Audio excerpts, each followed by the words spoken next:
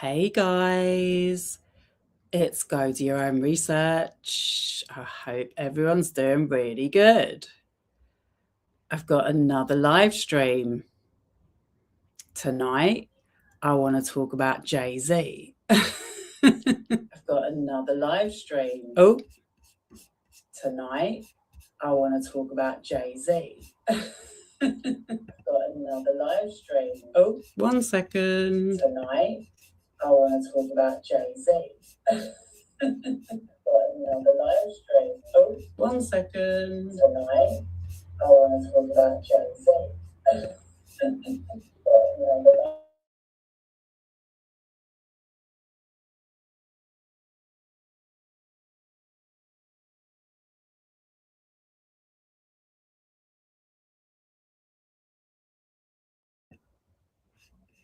Can you hear me now? That was so weird. I had an echo. Okay, I don't know what the hell happened there. Can you hear me now? That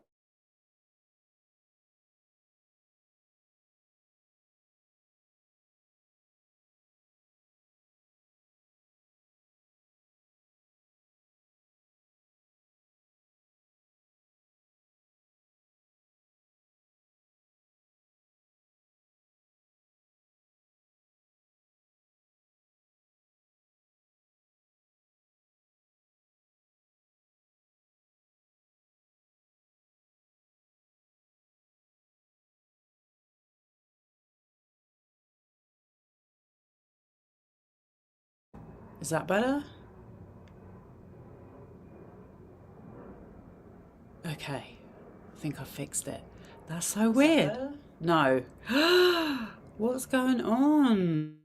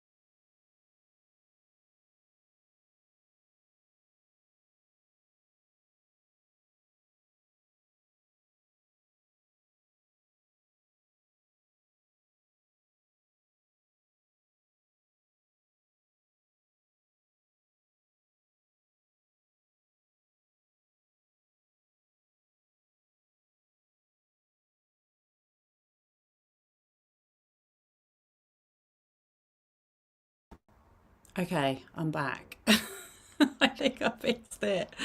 That was so weird.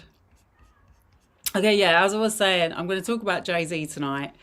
Um, so I, where do I start? Okay, so last year, yeah, during the Diddy trial, this guy called Tony Buzbee came out of the woodwork and announced that he'd set up a hotline for victims of P. Diddy to call in. And the next thing we hear is that he's suing, that there's a celebrity, another celebrity involved, celebrity A. And suddenly we hear that it's Jay-Z, and that Jay-Z and P. Diddy have SA'd a 13-year-old girl at one of Diddy's parties. And it was just a wild story. So from then onwards, I took an interest in what was going on, because there was just something very fishy about this guy, Tony Buzbee. And the story that this girl was telling as well, the lawsuit itself was so scant in its details.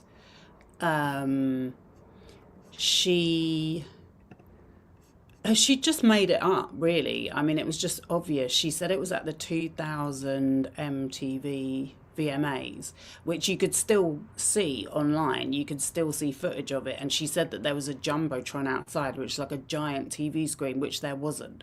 So that was the first lie. Then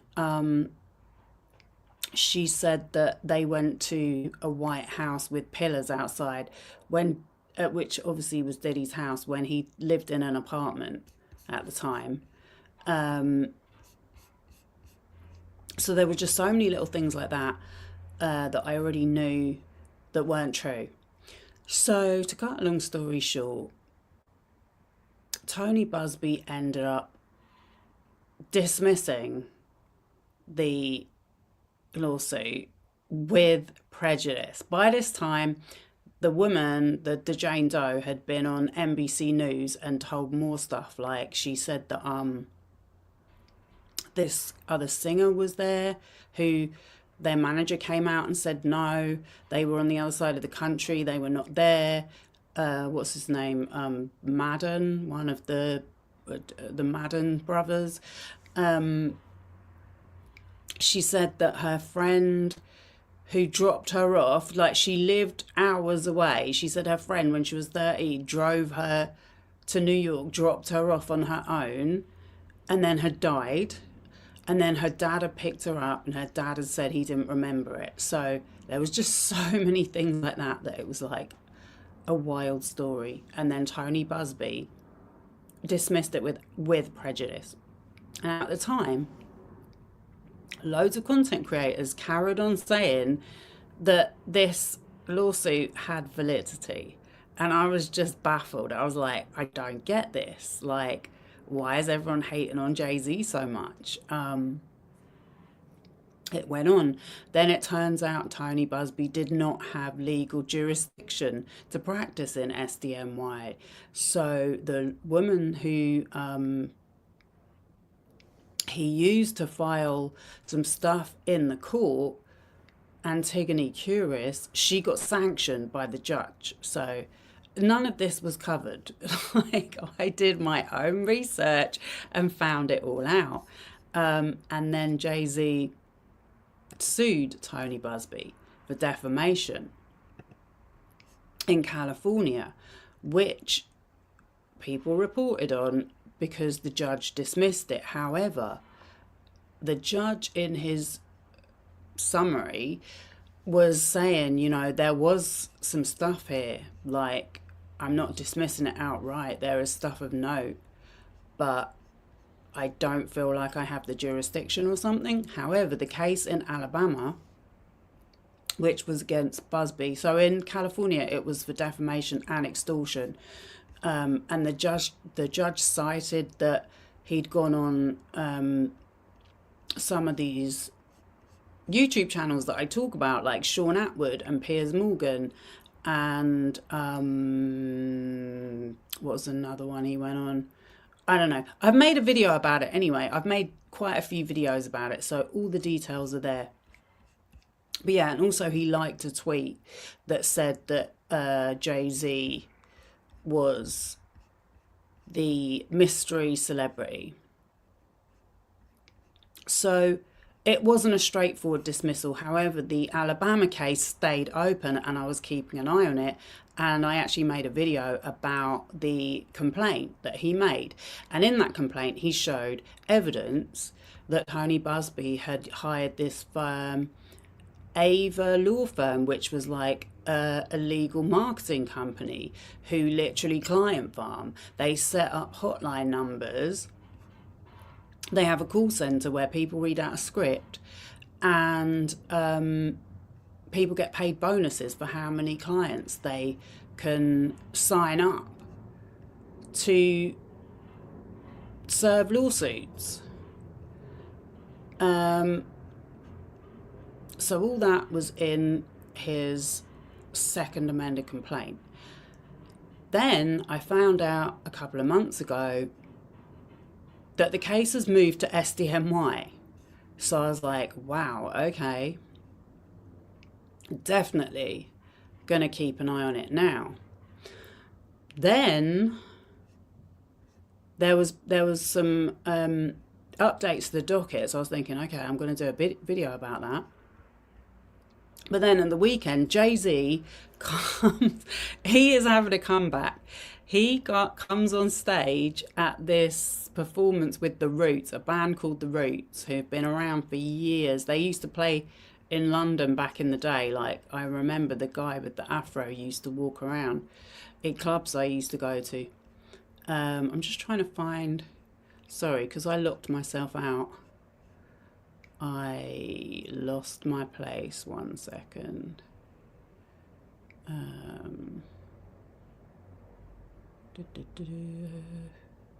As usual, I have got loads of stuff lined up to play.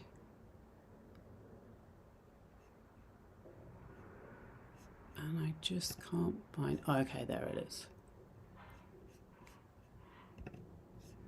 Complex. Yeah, so Jay-Z comes on stage and he starts doing a freestyle at this thing called the Roots Picnic, yeah, and he's like, I've been quiet all year, like 2024 was a disaster for me. I've had all these people out here saying shit about me. I've actually been saying stuff for years, because it wasn't just that story. There was this other story ongoing that he had a mystery child. Not a mystery child, that he was this boy's dad, which again turned out to be false info, misinformation. And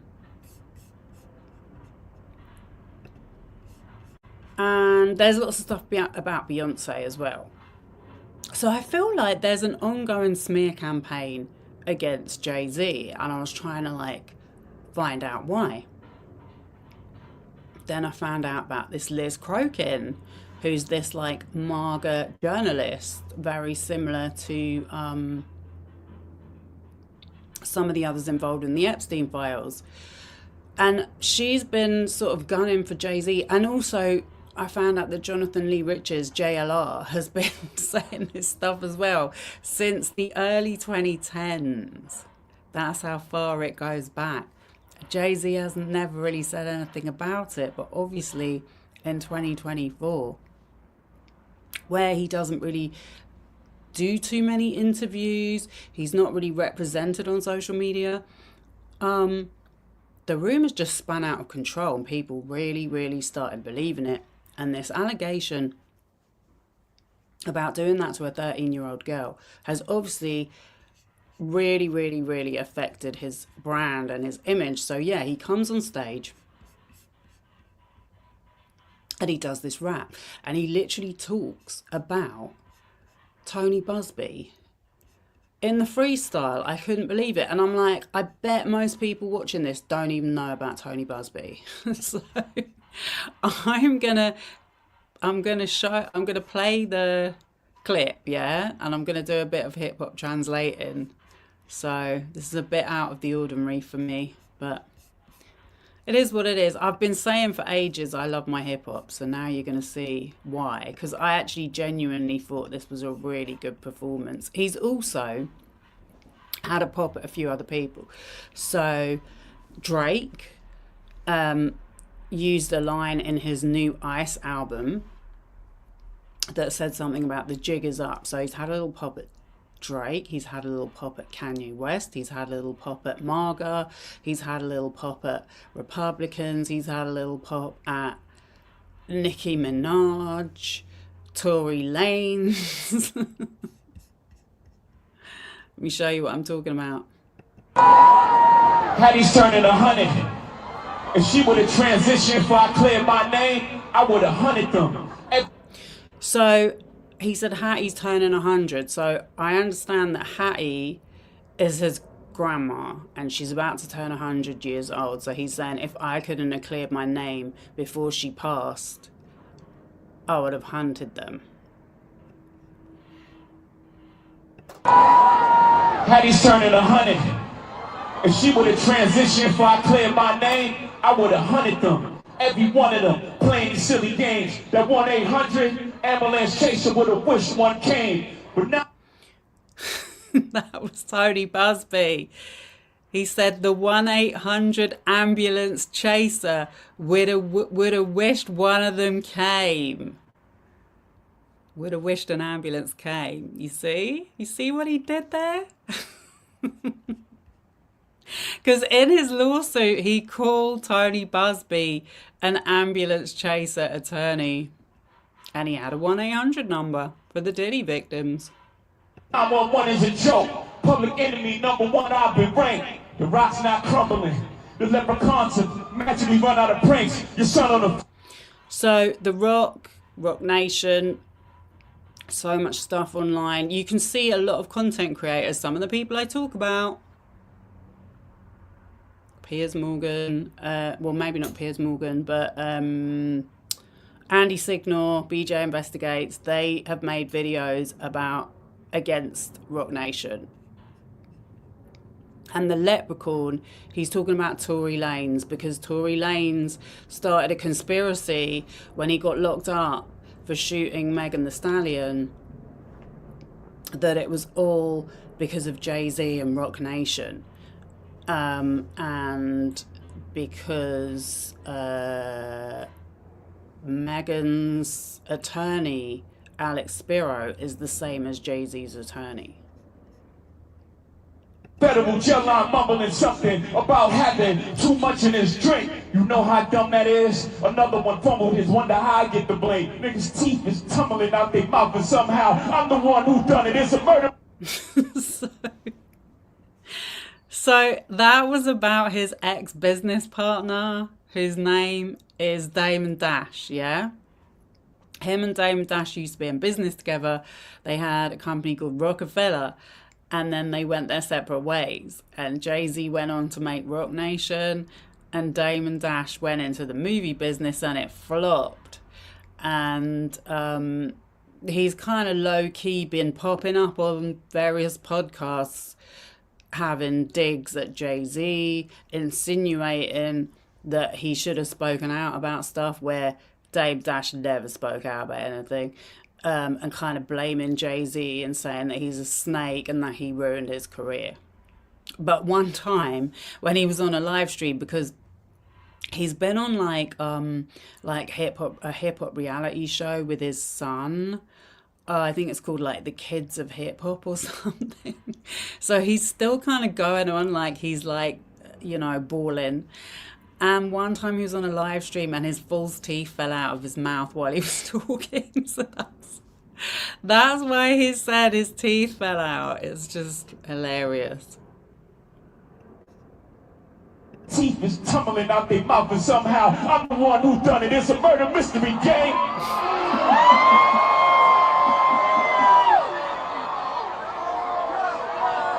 And I was actually watching this like, wow, you know, because like the last couple of years, I've just felt so bad. Like, how did I love rap music so much when it's just turned out to be so disappointing? And then he comes and do this, and I was like, yeah, he's actually got skills. This guy can actually rap. Like, even if he's in his 50s, he's still doing it. Like, respect for that. You had to cash cow and thunk it. Was you a punk test? I'm the one who struck the pain. That hill you can die on is way too much flat that comes from those plains. I'm killing them softly. What's understood don't need to be explained. I wasn't quite sure about that bit, but I know Roberta Flack wrote a song called Killing Me Softly that the Fugees used, so I don't know. You want it one way, it's the other. I steal on you suckers, I maul you niggas gang. I ain't much for meetings, no how. Cancel the brunches, I remember the hunger pain. So cancel the brunches, I remember the hunger pain. So he used to have this Rock Nation brunch before the Grammys that everyone used to talk about. And obviously Diddy went to it and he was photographed with him and various other people that have now been accused of serious assaults and stuff. So I guess that was what that was talking about. But yeah, I mean, people have sort of been making Jay-Z seem guilty by association. And it feels weird for me because I don't want to come across like I'm a Jay-Z stan or anything, because I'm definitely not. But I just feel like this whole scenario is just so relevant to everything else that I have been talking about, especially when we look at the legal filings. So that's why I'm showing this video, because, You know, this is how you do things in the old days, in the old school. People used to rap battle. This is where, like, he's freestyling. No one has written this for him. He's expressing it through rap, and it's like skills.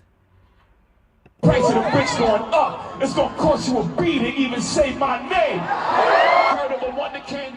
My children and some of them. Have you niggas no shame? They changed the angle. But this is going to be about Nicki Minaj, I think. Trying to get under skin? I really get under skin. Ask unharmed player. Y'all thugs with y'all thumbs again. Everybody think they're the ones insane. Oh no, sorry. This is about Kanye. So, let's back up a sec. It's insane. You're no maniac. Watch y'all saniac in my presence, niggas. Presence. They think they're the ones insane. You're no maniac. Watch y'all saniac in my... He said about the thumbs. I want to replay it. Everybody think they're the ones insane. You're no maniac. Watch y'all saniac in my presence, nigga. Shrink. I need a new therapist. This shit is not working. He said, watch how sane he acts in my presence. I just need to play the bit where he said about using his thumbs, because I know he's talking about Twitter. Just play it. Rewind. Y'all thugs with y'all thumbs again. Everybody think they're the ones insane. You're no maniac. Watch y'all saniac in my presence, nigga. Shrink. I need a new therapist. This shit is not working. I'm truly on the brink. Y'all better not encourage him. Y'all don't want me to think these thoughts that I think. That nut-ass nigga still stuttering. That chatty patty down on his luck again. That was about someone who used to be in one of the rap groups that was signed to his label, apparently. Quest introducing me to Jaguar. I don't know why I still fuck with him.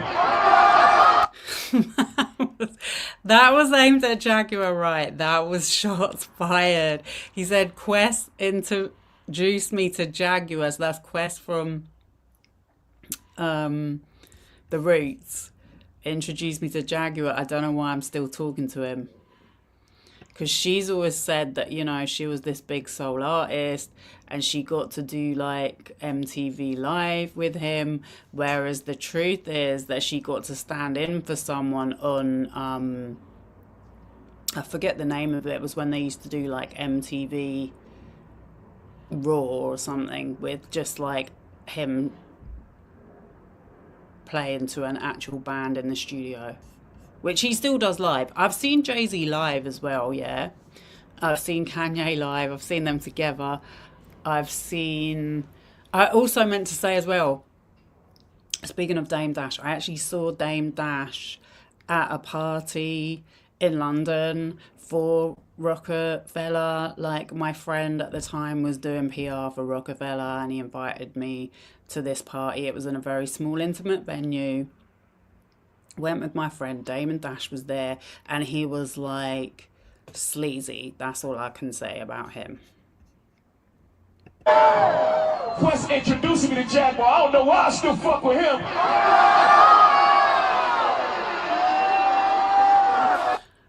So, Jaguar Wright is the one who for years has been going around on different YouTube channels and her own channel saying that she was R-worded by Jay-Z.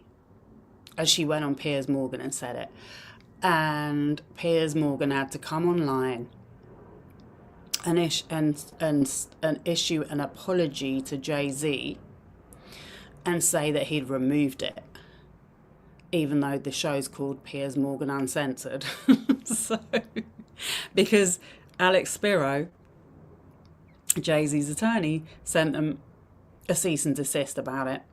And Sean Atwood as well said that he had to delete 90% of his Diddy content after that.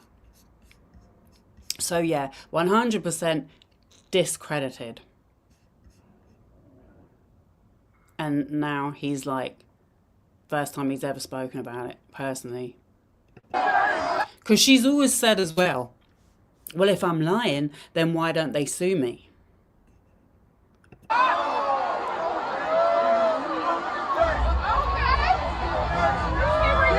You wonder wondering why I do the freestyle rehearsal. That lady back on the stuff, she sound like she in love with him. Her kid can't even take their kids. Enough of them. So that was about Nicki Minaj, because she also has been supporting Tory Lanez, saying loads of stuff about Rock Nation.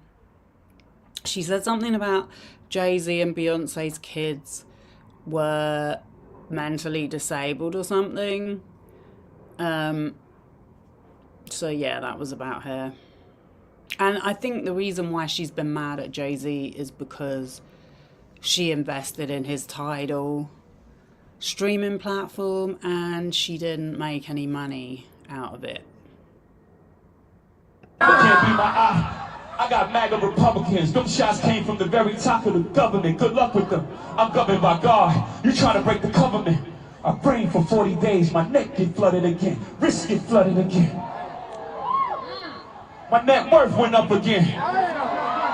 My next update, the jig is up. I got up 10. Wrong chart, champ. You gotta look up again. The jig is up. So, this is really a hip-hop lesson for you all. The jig is up is from a new... So Drake just released an album, yeah? Anyone that's watched my channel before will know that Drake is represented... Well, Melissa Nathan, tag PR, works for Drake, has done for years. They use bots. They use astroturfing to publicise, to make him look way more popular than he is. Even this release of this album, Iceman, I read something like the streams on its release week have dropped by tens of thousands already, which is not suspicious at all.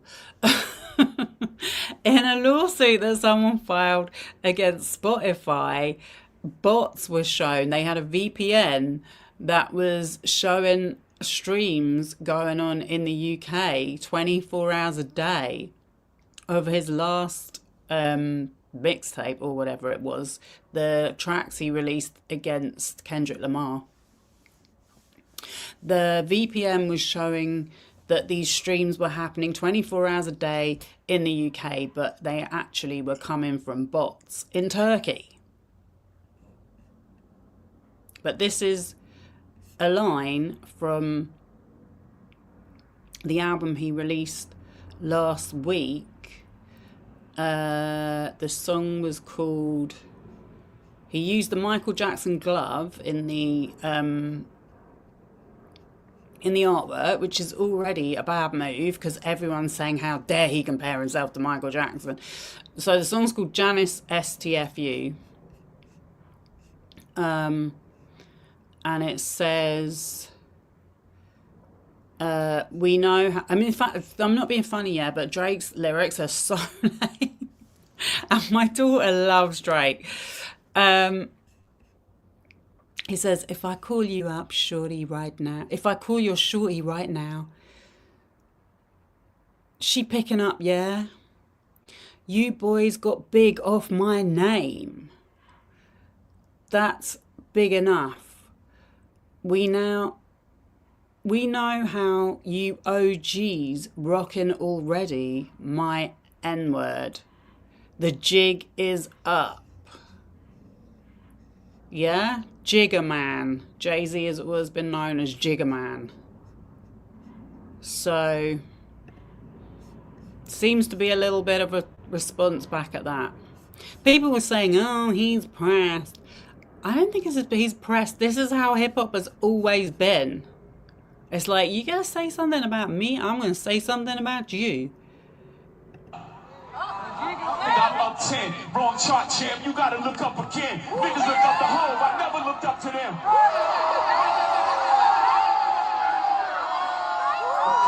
Your publishing gangster, go talk tough to them. Don't talk success to me. You niggas is workers. In perpetuity is how your contract is worded. Don't make me go first, man. So that's him saying that, you know, you're the one that's been bitching about getting out of your contract, which is literally in the lyrics to the song as well. And, oh, I just realised I did my usual thing. I'm not going back to the screen. Right, let me try again. Yeah, he also said in the song, started moaning about, I need to get out of my contract, baby. Like, as if his girlfriend wants to know about it. Yeah, so he has a pop about that. And so since this happened, Academics, who we now know is works for MAGA, has come out and said no one looks up to Jay-Z.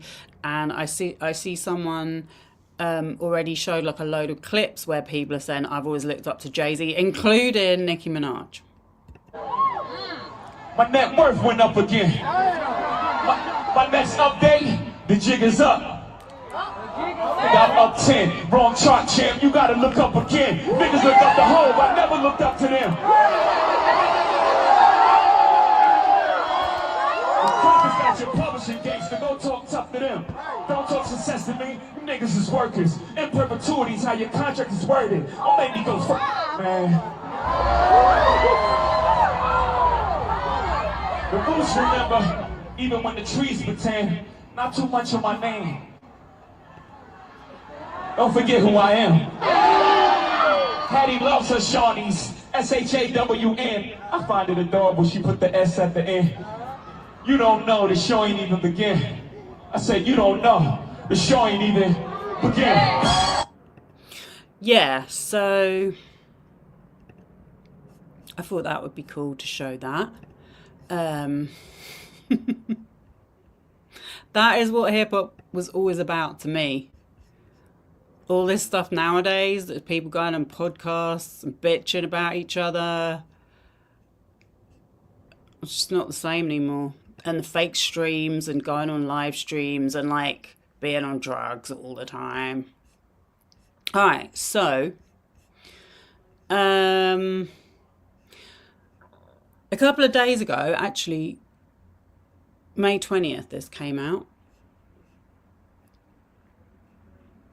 Jay-Z accuses Tony Buzbee of using fake death threat to cover up alleged misconduct. Yeah, so that was actually expressed in the last complaint he made, which was back last year. But I don't know why now he's getting publicity about this. So that's why I'm going to look at his legal case.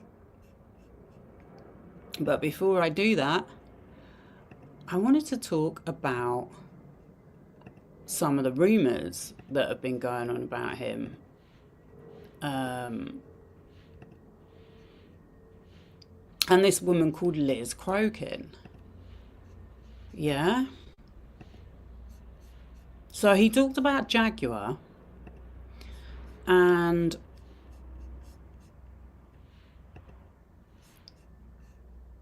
that's Jaguar Right with Liz Crokin discussing Kathy White. So it turns out that this woman, Liz Crokin, who is a self-proclaimed journalist, very much a MAGA supporter. Let me show her Twitter. That's her Twitter. This is her website. So she's an investigative journalist, she says, yeah? Although she used to work for, like, tabloids, really. Unapologetically searching for the truth. Follow the works of this award-winning author journalist and an adventure for sex crime victims. Shop products. So she's got her own merch line. She's got a book out. These are her awful t-shirts. She produced this Free Britney documentary. So that's when I first heard about her, because she was involved in the Free Britney movement. And she also did a lot of the Pizzagate commentary. before that, which I didn't know anything about. I didn't know anything about QAnon. I heard about it because of this Free Britney movement and how she got involved in it. Then she's done here in 2022 a banned video from YouTube, always a good sign, telling the truth about President Trump. So I think what she tried to do there was discredit the person that was accusing Donald Trump of sexual assault. Trump's war on human trafficking 2022, a banned YouTube video on what President Trump's administration has done to combat human trafficking. Kind of ironic, really. Hi, I'm Liz Crokin. My work has appeared in the Red Eye edition of the Chicago Tribune, the Chicago Sun-Times, Splash, Town Hall, Marie Claire, US Weekly, and Observer.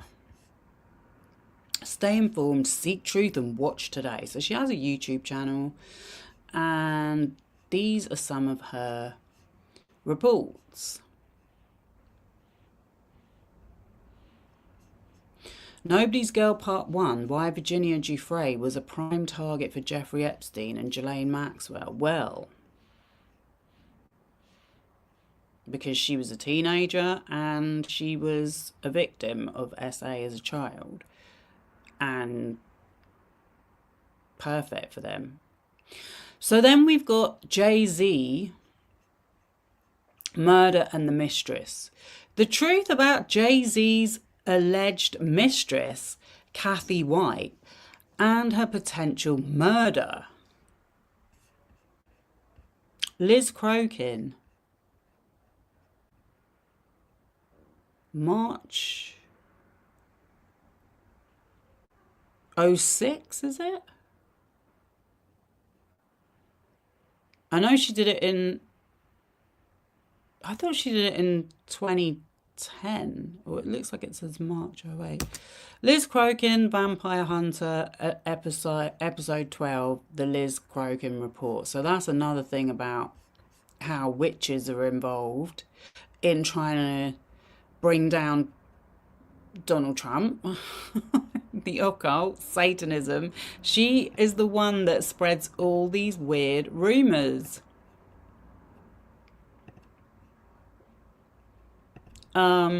So this is a tweet I found that says, this is actually from January, Kathy White updates. Y'all can believe it was a rumor or not, but people knew about Kathy White's and Jay-Z's affair. Busted. Jay-Z caught cheating on Beyonce. And then there's a picture. So this is what I found out when I did my research here, where this story comes from.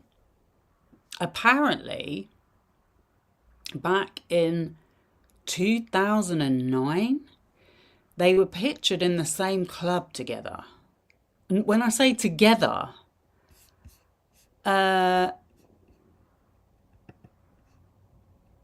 this is the picture I came up with. The only picture I could find. Where is it? Where is it? Where is it?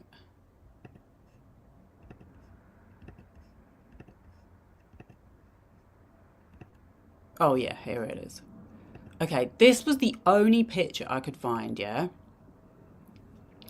This is what they're talking about. So when they said they were in the club together, I was imagining them next to each other, like maybe doing a red carpet or something. But no. This is obviously a crowd picture. This is her. And this is Jay-Z and Diddy over here. So I'm like, okay. And this article came out saying that they were having an affair. And he was cheating on Beyonce. Which, I'm not being funny, he maybe did cheat on Beyonce. I definitely think it's very, very likely. But I don't see how you can tell from that picture However, that hasn't stopped her doing all this. So this was published in 2024. And it says, this is from The Root, it's called, a publication called The Root. It says, is Jay-Z's Day of Reckoning coming? Is Jay-Z's Day of Reckoning coming? You won't believe this white woman's wild and crazy claims. Liz Crokin, a journalist turned conspiracy theorist, has social media talking about the legendary MC and the alleged circumstances around a woman's death. Published March 14th, 2024. So that's her. Yeah? Oh, another thing I meant to show you, by the way, I forgot. Going back to her website, down the bottom here, donate.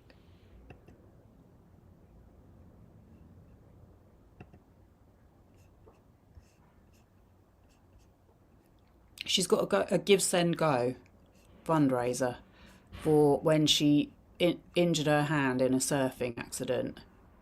I'm not even joking.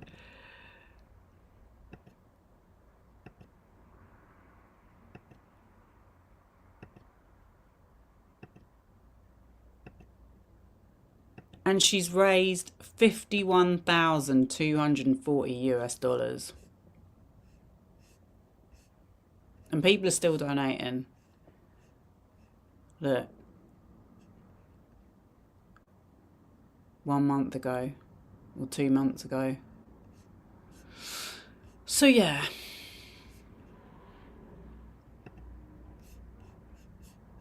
Let's go back to the article.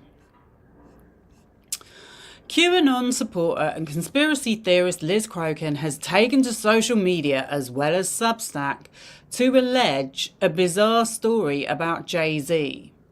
The writer initially went on X Twitter to discuss the MC's alleged former mistress Kathy Corianna White.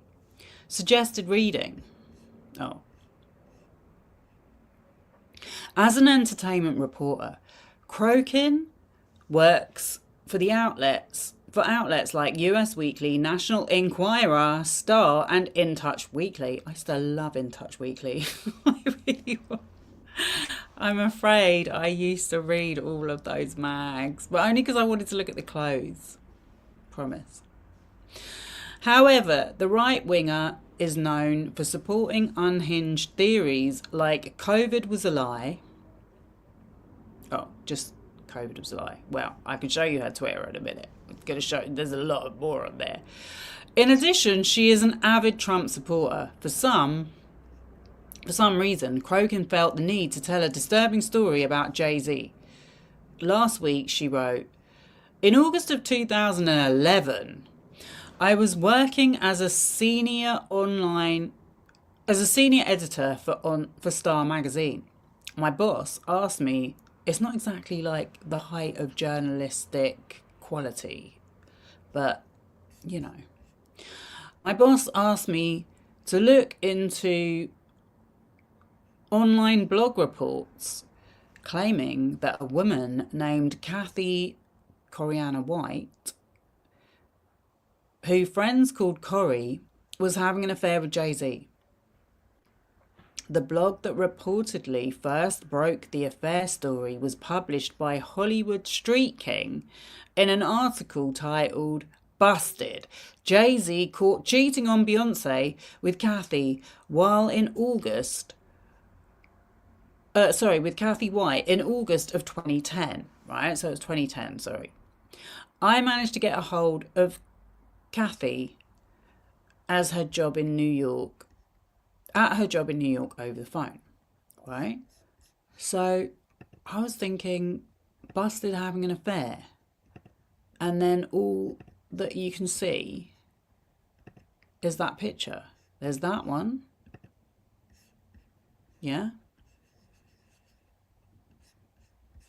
Jay-Z's nowhere to be seen in that picture. She's out with the girls. Or that one. I'm like, I just don't see how you can use that to say he's having an affair. But, I mean, okay.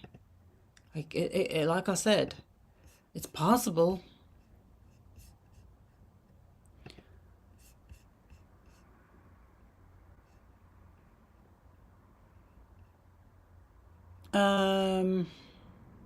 I then uncovered photos of Kathy hanging with Jay-Z and Diddy.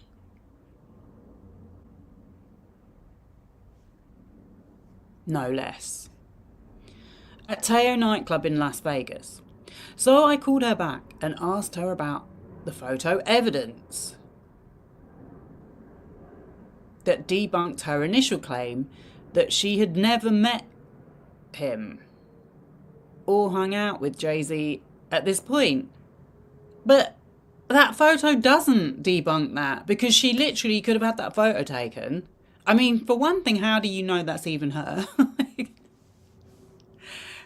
She might not have met him. She's just standing near to him in the club.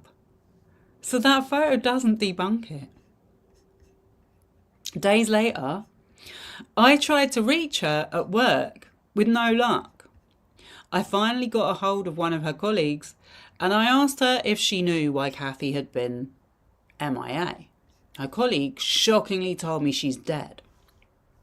In her evidence, she went further into detail and ultimately implied Jay did something sinister to silence White. For years, folks have had unsavoury things to say about both Jay and Bay. Yeah, people like Jonathan Lee Riches, a literal scammer who's filed more lawsuits than anyone else in the entire world. Frivolous lawsuits that never went anywhere. They've been called the Illuminati, have had endless speculation about the state of their marriage, and Jay's history has been used against him regarding his character. So this is where I'm like, these rumours must have come from this. Because I've been seeing it for years on YouTube. The stuff about his son. The stuff about this, the Kathy White being killed. And I just couldn't figure it out. And then when this lawsuit was filed against him last summer, when all the content creators just couldn't see it for what it was, I just thought it was really weird. However, mystery solved. Following Crokin's post, Tokyo Tony. So she's another one. That's China.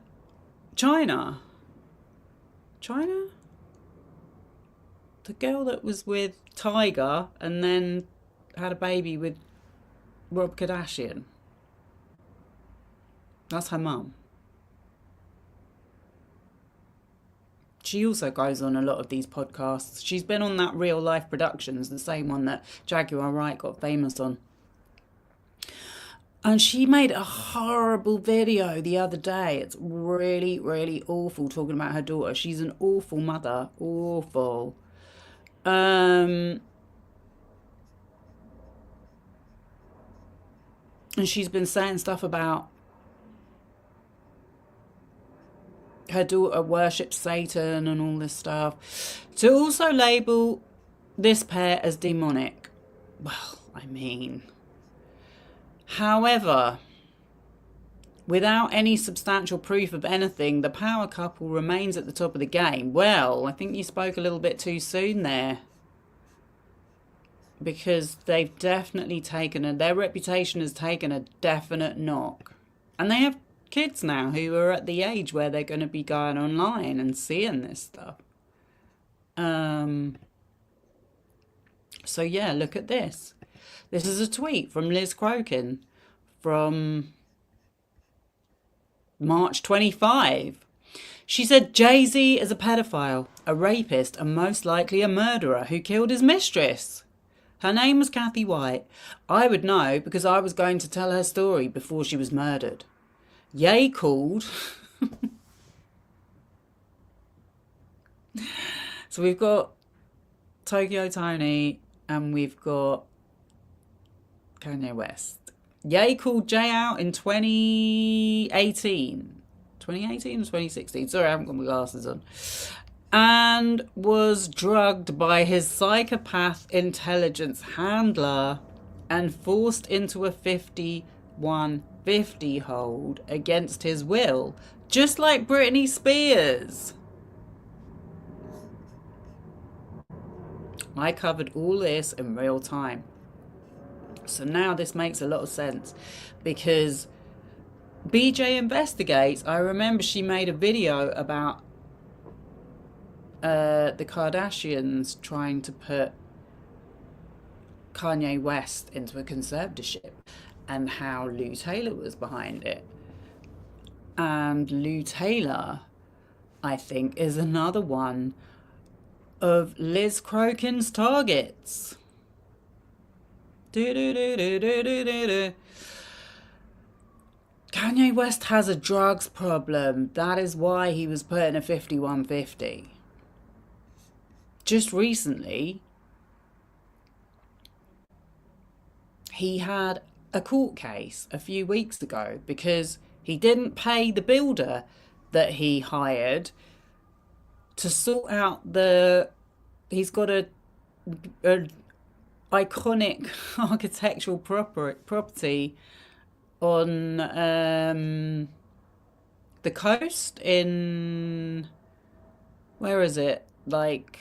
Is it not Miami Beach? Next to LA, on that coastline. And basically, the guy never got paid, and he had to, and he injured himself on the job because, I don't know, he didn't have all the necessary safety things going on. He sued Kanye West. Kanye West was falling asleep in the court. He was that out of it on drugs.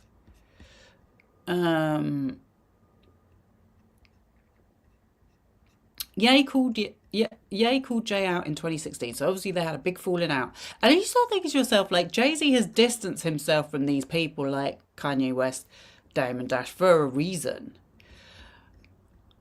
And was drugged by his psychopath intelligence handler and forced into a 5150 hold against his will, just like Britney Spears. I covered all of this in real time and was with Ye's actual real friends who witnessed this all go down. They literally cried in my arms hysterically as he was forced to go into a psych ward that was all part of an evil plot to destroy his life. And a lot of it had to do with the fact that he exposed spirit cooking satanic POS Jay-Z. You're literally defending a demon more evil than Diddy and attacking the only big star in the music industry who had the actual effing balls to call him out. And you're calling him repulsive? Maybe you should sit this one out. I don't know who she's talking to. But in the Diddy trial, evidence came out that Kanye West was using his wife, Bianca, to do freak-offs. And that he was inviting people to watch her being effed by other men.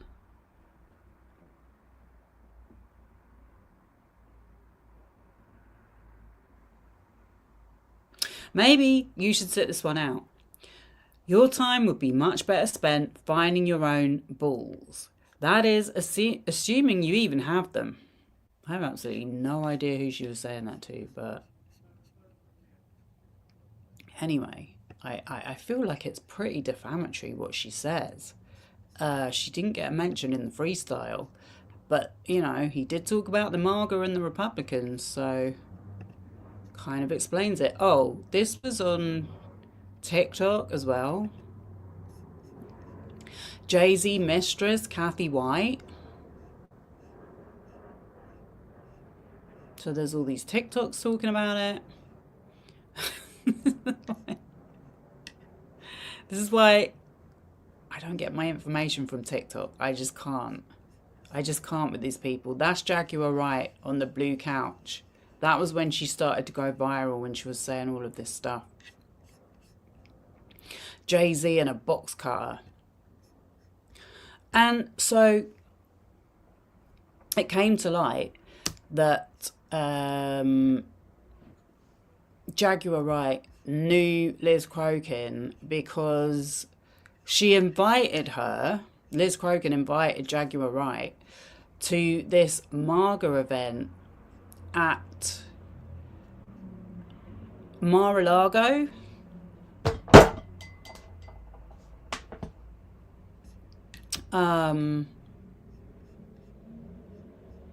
Called the Freedom of, what's it called? The something Freedom Awards. And Jaguar Wright said she got an award.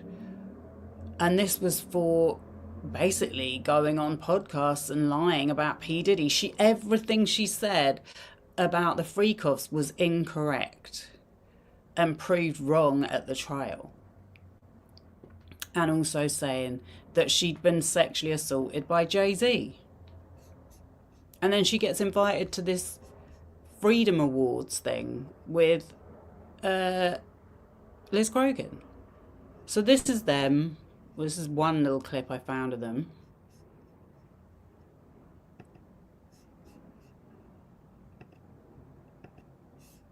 Let's see if it's going to play today. Had this issue the other day.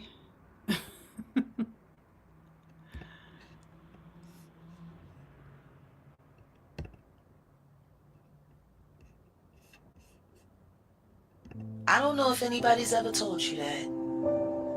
What happened to Kathy is not your fault. It's not.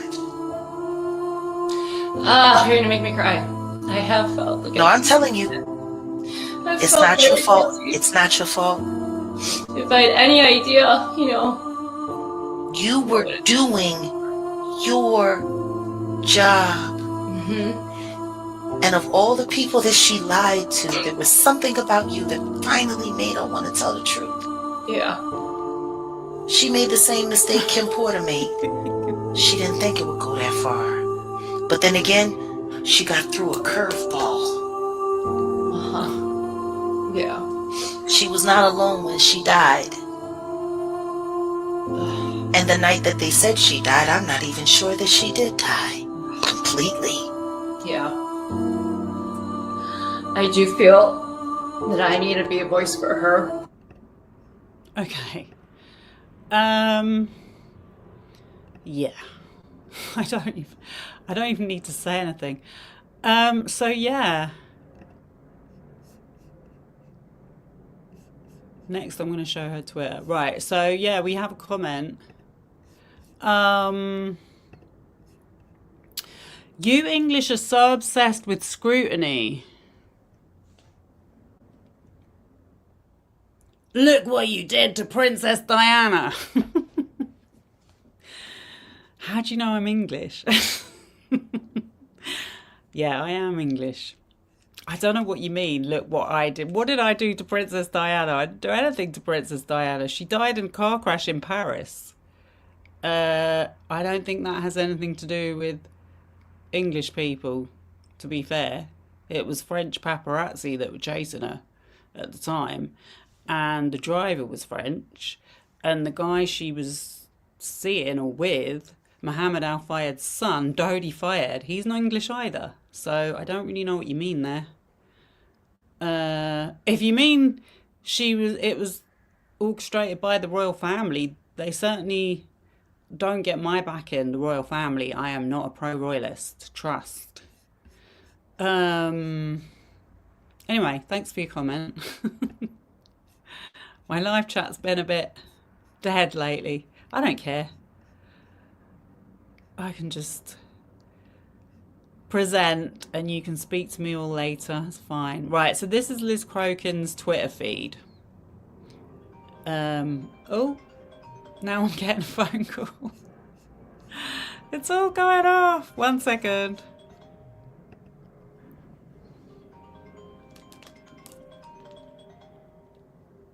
Hey.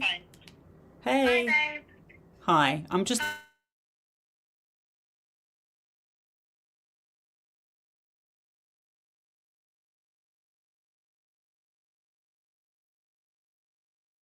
I'm back. Well, welcome to Go Do Your Own Research. My live streams can be a bit messy. Okay, so this is Liz Crokin's Twitter feed. It's going mad. It's very pro-Trump. Very pro-Trump. That's Kash Patel, the head of the FBI, I believe. Something about Diddy.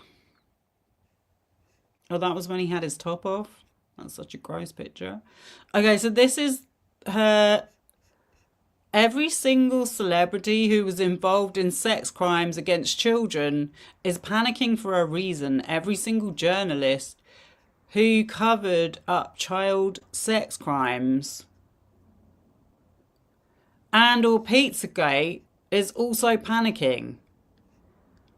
Let me make this crystal clear. It's over for all of you. And then there's all these photos of P. Diddy with all these different celebrities. I'm like really confused because, like I said, well, I hope I said it. Tony Buzbee made allegations that he was representing men that were children when P. Diddy assaulted them.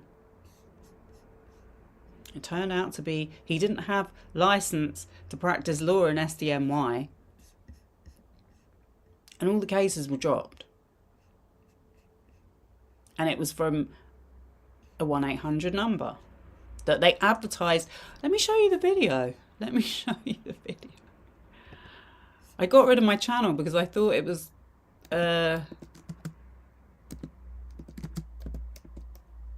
giving the echo. Right.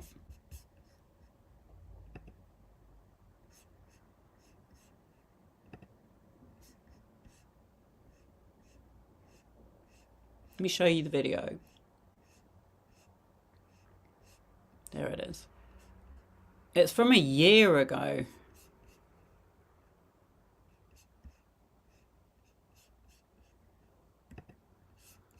$610 views. May 2025 I made this. This was the third video I've made on it. So that's him doing the 1-800 number. These are the adverts, the AI generated adverts they put on Facebook advertising for victims of P. Diddy to ring the number. This was the New York Times article exposing Inside the Combs hotline.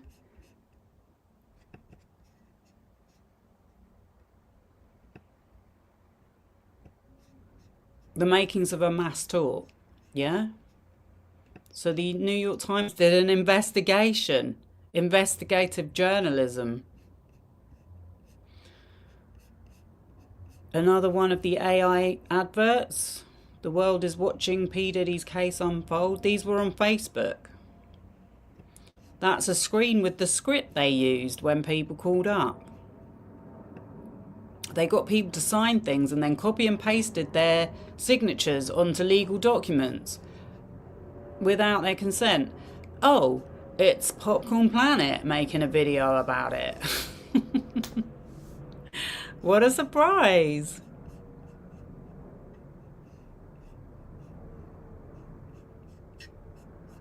Yeah, so all the details of that lawsuit are in that video.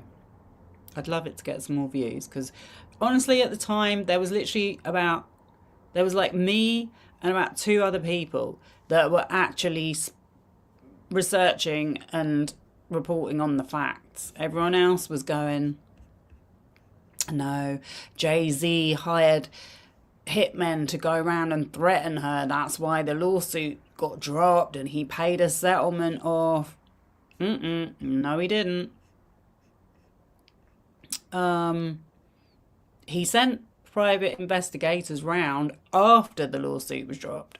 And the reason why it was dropped was because Buzbee's partner told the Jane Doe that her life had been threatened by Jay-Z, which was a lie.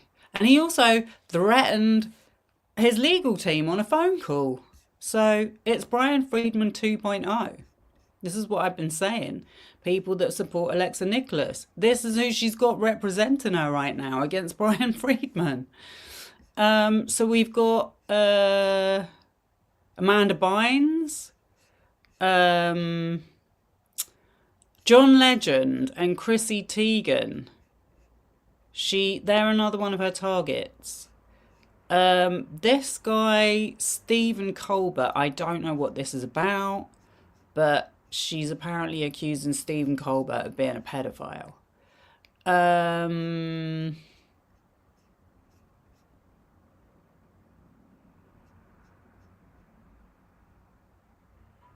Something about Trump.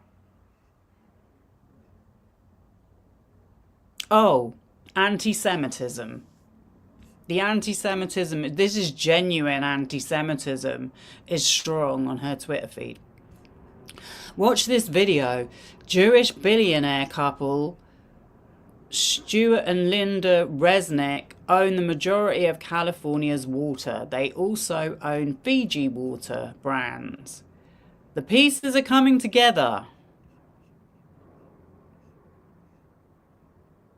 Charlie Kirk. Charlie Kirk was assassinated by a skilled sniper in a sophisticated operation, according to her and Candace Owens, because he didn't want to make content in support of Israel. Charlie was murdered at a secure event in broad daylight where he was surrounded by security. Yeah, doesn't say much for the security, does it? There's no way. This was not a professional hit executed by a team. The question is, what entity was it? Well, it's actually, the guy is currently on trial right now and no one cares. He's getting no views. It's getting no content made about it. It's getting no interest. It's so weird. This guy that murdered Charlie Kirk, that confessed to it, whose dad confessed to it as well, who has messages confessing to it, who's seen on camera walk into the spot where he shot him, yes, in broad daylight, because obviously the security is not as good as you think it is. And people don't want to believe that's who actually did the murder. Or watch justice being served as he sits in court for trial. We've got Jimmy Kimmel, Tom Hanks, something about President Putin. Oh gosh, it's Jay-Z again. It's only a matter of time. This is March 24. It's only a matter of time before spirit cooking Jay-Z is exposed like Diddy. There's a reason Kanye said Jay's got murderers. I would know. Yeah, he said that in a rap lyric. Liz. I would know. He's evil to the core. I pray there will be justice for Kathy White one day. The false idols will continue to fall. Oh, so then I kept seeing stuff about this woman, Maria Abramovich. She's some like the performance artist who, from what I saw of her performance art, she looks like a survivor to me. I don't know, that's just what I got from her art as an artist, but I could be reading it wrong. Hillary Clinton, obviously. Oh, that's her dad.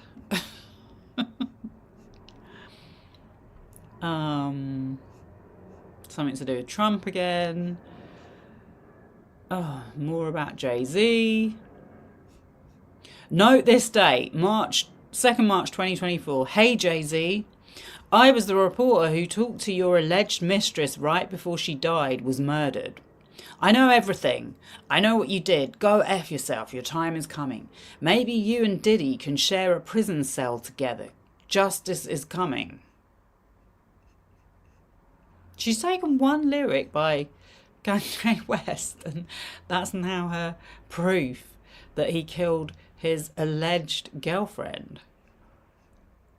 Pizzagate goes mainstream on Joe Rogan with Ian Carroll. Ian Carroll is another commentator, content creator, who just recently made content about Michael Jackson being innocent with a couple of financial fraudsters. I didn't even mention them on my deep dive live stream about the con artists that do my pro Michael Jackson content, but yeah, I forgot to mention him. But yeah, he did that recently. Ian Carroll dropped some massive red pills on his Joe Rogan show today. Where he eloquently okay, say no more. Ian Carroll suddenly appeared during the Diddy coverage and just got like massive overnight. Not suspicious at all. Hillary Clinton again. Megan Fox. Oh gosh. Candace Owens.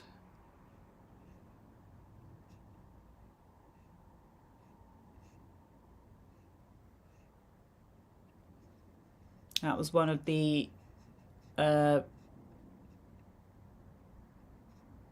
sex workers that P. Diddy and Cassie hired, who said that he made a secret recording. He was that worried that he thought Cassie was going to die during one of these freak-offs of how much drugs she was on. I don't know why he was never called as a witness, but clearly the guy has a lot of mental health issues. Maybe that's why. Maybe they didn't think he was going to be credible in court.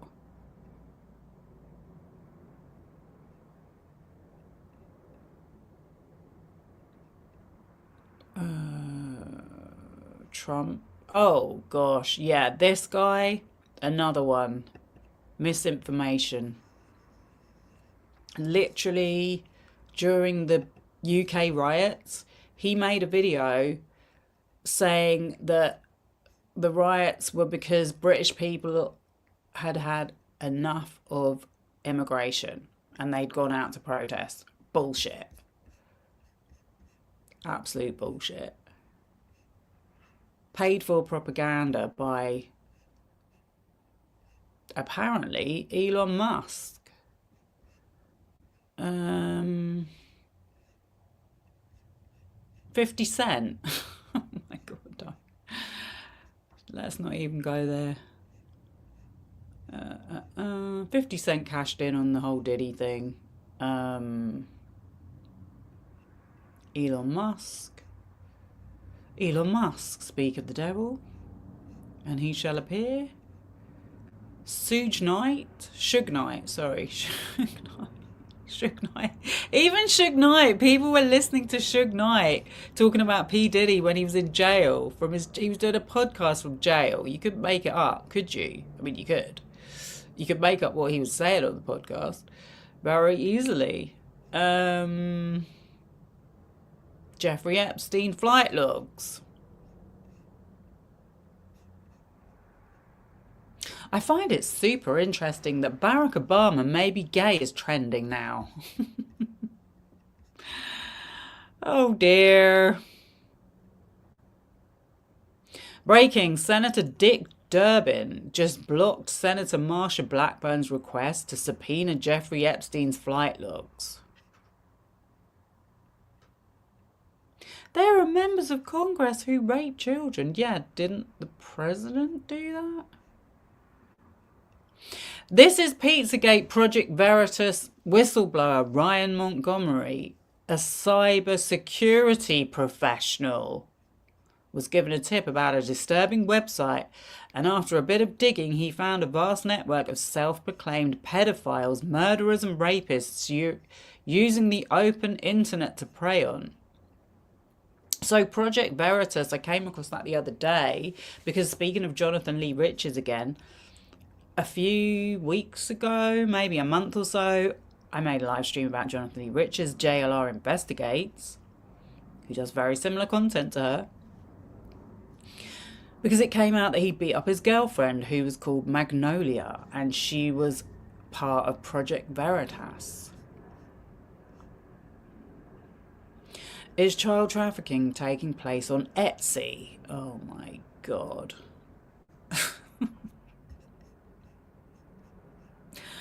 Okay, hun. Bill Clinton set to be exposed as Doe 36 in court documents scheduled for release this week. What happened to that? John Legend, 2017. You need to take my family's name out of your mouth before you get sued. He's speaking to his partner or wife. Chrissy, you run in circle with people who rape, torture and traffic kids. This is a fact. I don't think nothing she has said is fact. It's speculation. I expose sex trafficking for a living.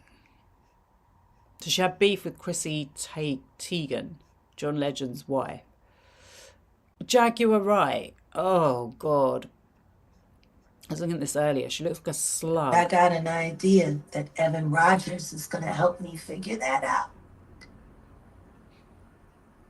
She's so creepy. And who is Evan? Evan was the producer who only seemed to work on teeny bopper projects, who discovered Rihanna at 3 a.m. in the morning in a hotel room on the island where she comes from, with no parental supervision. And then she was put on a private plane. Okay, so this story about Rihanna being with Jay-Z, this guy called Jonathan Hay, who also popped up during the Diddy trial, said that he made it up that Rihanna slept with Jay-Z to get publicity for her single release, Umbrella, because there was no budget to promote it.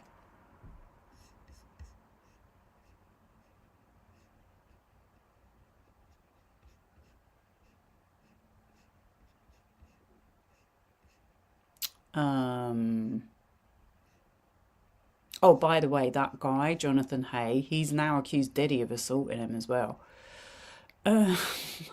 It's really crazy. Okay, what else? Oh, yeah, Michael Jackson. Obviously, she's done posts in support of Michael Jackson. Michael Jackson is innocent. People tell me every day Michael Jackson is innocent. He did so much to help people. I said to someone today, I said, tell me one person he's helped. Kanye West, Jay-Z, I know you got killers. Please don't send them at my head. In 2016, she's saying it again. Liz, I hate to break it to you, but if you listen to a lot of rap music, you're going to hear a lot about being shot and killers. It's how people talk in hip-hop. A lot of it is metaphorical.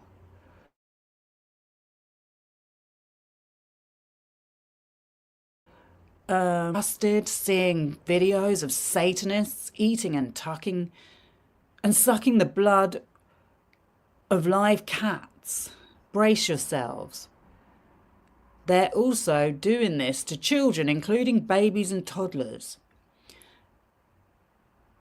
The cats is soft disclosure to the dog.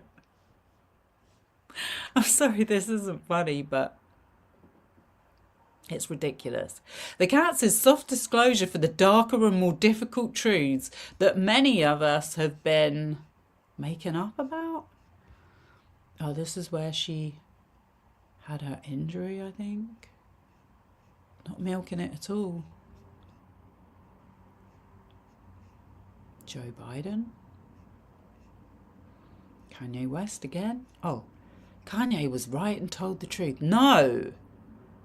Kanye is off his head.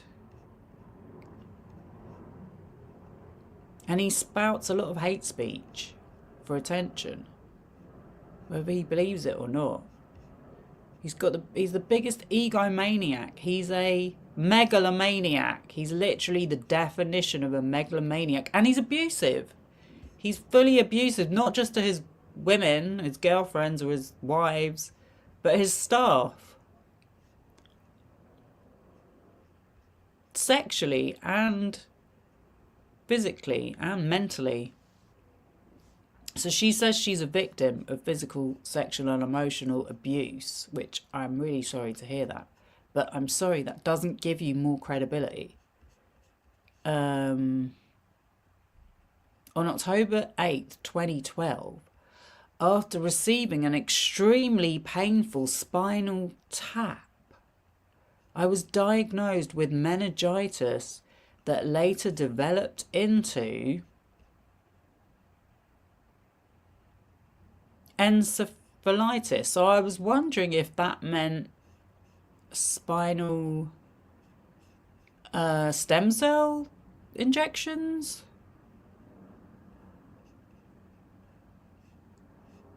Anyway, you can read this on her Twitter. Hillary Clinton again. I just want to make sure I don't miss anything. Oh, Prince Andrew. Prince Andrew visited Ukraine and allegedly abused 2 children, eyewitness reports. You know what I wanted to say, actually, yeah? About P. Diddy and those photos of him in the club. This story about Fergie having an affair with P. Diddy. I'm not being funny yet, but can you see Fergie in that club? She never went anywhere near anywhere like that. Like, there's just no way that story is true. I bet my life on it. J-Lo. There were so many conspiracies about J-Lo during the Diddy trial. I just knew they were coming from somewhere. Michael Jackson again.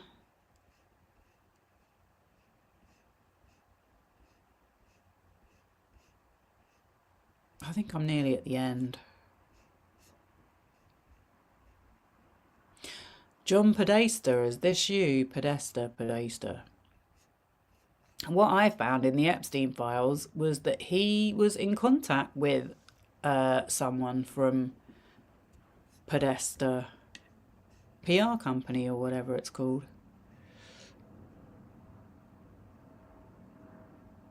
Alex Jones reports that Pizzagate is turning out to be true. Alex Jones, one of the least credible people online. If that's even possible, because the stakes are very high. In a video Alex Jones posted tonight calling for an investigation into the New York Shabbat Libowitz World Headquarters secret tunnel, he declares Pizzagate is turning out to be true. You got all that Pizzagate.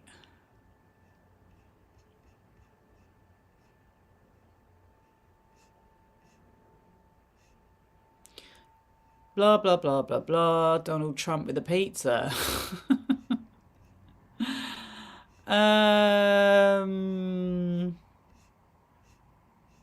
Oh, Jay-Z again. Your time is coming, Jay-Z. 17th September 2024. And that was another thing I was remembering, yeah, when I used to watch Teaser Tales. Because she jumped onto this Tony Buzbee story. And I was like, that's when I started to go off of her. Because I actually posted something in the live chat saying, look, I've looked into Tony Buzbee and he looks very dodgy to me. And he looks like he could be running a pyramid scheme and not paying his victims their settlements, because he looks like he's living way beyond his means. She did read it out, but she carried on supporting him. and the story and its validity. And yeah, I think I was going to say on the story of, I'm not sure if I said it, but I'll say it again. So on the story of Jay-Z, there was rumours going around for ages that Jay-Z was a pedophile, yeah, because of his relationship with Foxy Brown. So the song he did with Foxy Brown, her breakout song, was called Ain't No, like the one I got. No one can love me better. Sleeps around, but he gives me a lot. She was 14, apparently, when she recorded that song. And there were rumours going around that they were in a relationship. Well, one day she posted on her stories, Teaser tells, take my name out of your mouth. The man never did nothing to me, and I haven't got anything bad to say about him. So after that, I was kind of like, well, I'm going to take her word for it, because she is not known to hold back when it comes to expressing anger and stuff like that. So I'm sure if she wanted to say something about Jay-Z disrespecting her, she would. Okay, let's get to the Jay-Z and Tony Buzbee lawsuit. So Jay-Z, this whole conspiracy theory about Jay-Z kind of culminated with this filing in, I guess it was like October, it was late 2024. Dismissed in April or May 25. That was when I made my video. Jay-Z accuses Tony Buzbee of using fake death threat to cover up alleged misconduct. Hove claims Tony Buzbee and his legal team created a false narrative that the rapper threatened an accuser's life as part of an effort to conceal alleged misconduct tied to the now dismissed with prejudice by Tony Buzbee, no settlement, sexual assault lawsuit against him. This was written in May 2026, yeah? I showed it at the beginning. It's in Complex. Jay-Z, so I'm sensing Jay-Z is doing a hard PR push at the moment. But he's not creating smear websites or false rumours. He's literally going out and doing rap performances and saying what he's got to say. Jay-Z is escalating his legal battle against Tony Buzbee, accusing the Houston lawyer of helping orchestrate a fabricated death threat narrative to conceal what the rapper's legal team describes as unauthorized legal practice in federal court. In a newly filed motion seeking permission to amend his lawsuit against Buzbee and others, that's what we're going to show in a minute, Jay-Z, real name Sean Carter, claims Buzbee and his legal team engaged in multiple acts of deception during the now dismissed sexual assault case that accused the Rock Nation founder of R-wording a minor. She was 13. It was absolutely shocking when I heard it. The filing argues that those alleged actions warrant a new claim under New York Judiciary Law Section 487, which allows damages against attorneys accused of internationally deceiving courts or parties. Yeah, so we've got Blake Lively with 47.1, we've got Jay-Z with 487. I don't know why, like, people think because they're celebrities, they're immune from being targeted. When you can see how these online narratives are so strong, built up by the same kind of people who are doing fundraisers and doing pretty well out of it. $51,000. According to the filing, Jay-Z's attorneys alleged that attorney David Fortney, that is Tony Buzbee's partner, told the anonymous accuser, identified as Jane Doe. So in my video that I just showed you, yeah, I actually read through the second amended complaint. Jay-Z's now filed to submit a third amended complaint, which is what I'm going to show on the docket. They said that she was on TikTok bragging about, yeah, I said what I said. I found her on TikTok. Can you not from anything they said to identify her? I literally put in the words that she said and it came up in my search, and I've shown the clip. I disguised it heavily so you wouldn't know it was who it was. You probably wouldn't even be able to find it, but I think I downloaded it at the time. She's probably deleted it anyway by now.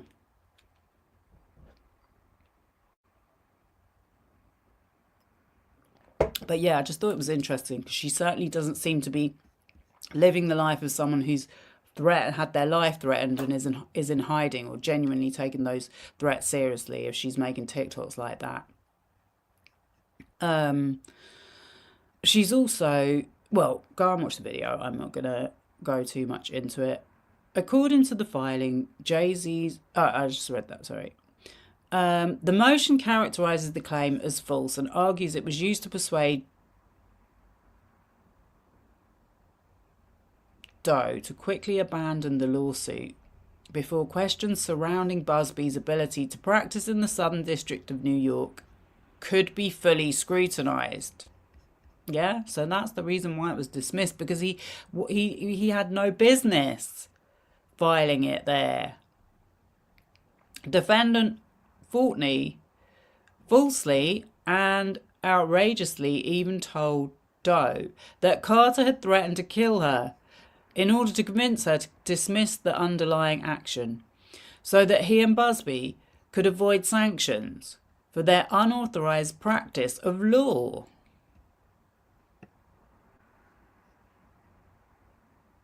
This is why I've spoken out about it.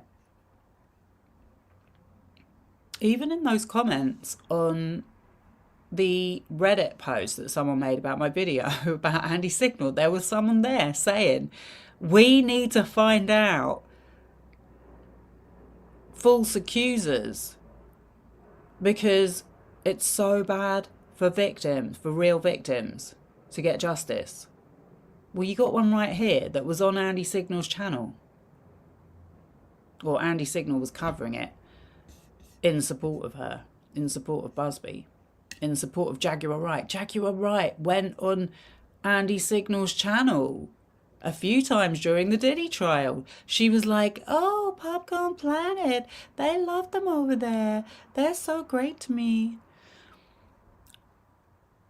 The proposed amended complaint goes even further, alleging that Doe later admitted in a recorded conversation that Jay-Z didn't sexually assault her. That is played in the video. She said he wasn't there. And that Buzbee brought Jay-Z into it. The filing claims Doe also said Buzbee was the person who pushed her to move forward with allegations against the rapper. Jay-Z's legal team contends the dismissal of the underlying lawsuit came shortly after Buzbee encountered issues regarding his admission to practice before the Southern District of New York. He also Buzbee showed a certificate on his Instagram, a lie, saying that he had a license for New York. It wasn't the SDNY, it was the other district in New York. I think the Eastern. The filing notes that Judge Annalisa Torres had ordered Buzbee to provide proof of admission and alleges that his application was denied before the case was voluntarily dismissed with prejudice. Yeah? The motion also accuses Buzbee of improperly using the credentials of New York attorney Antigone Curis to file documents in federal court. While not authorized to practice there himself, Jay-Z's attorneys argued those allegations, combined with the alleged death threat story and other conduct, support the addition of a Section 487 claim against the attorneys involved. So this woman, Antigone Curious, yeah, she was sanctioned. Well, she has narrowly escaped sanction. She had a sanctioned hearing with the judge, and the judge narrowly let her off because she gave a grovelling apology.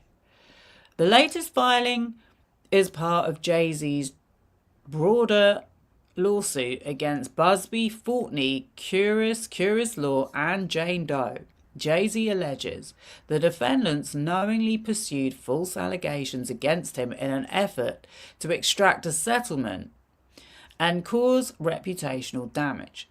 The filing claims the allegations cost him business opportunities and inflicted significant personal and professional harm. Buzbee has previously denied wrongdoing and rejected Jay-Z's allegations, maintaining that the lawsuit against him lacks merit. The court has not ruled on Jay-Z's request to amend his complaint. Okay. So now, speaking of which, this is the docket. Carter v. Buzbee. Courtesy of Court Listener.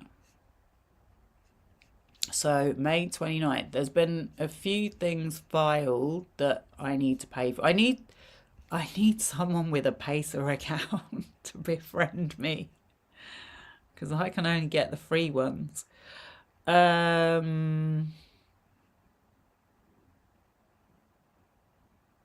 So, yeah, what I wanted to say was May 21st, 2026, motion for Camille Vasquez to appear pro hac vice.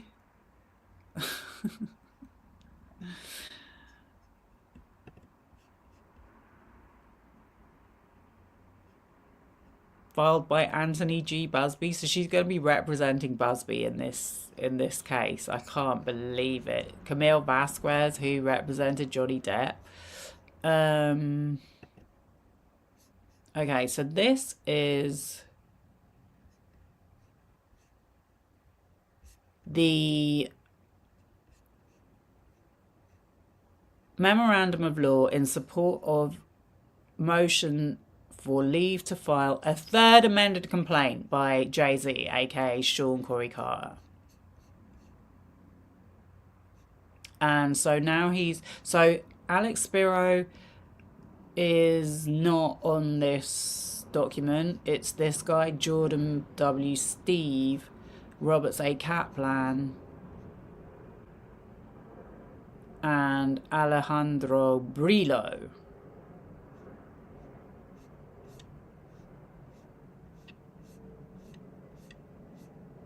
So, like I said, I've already made a video on the second amended complaint.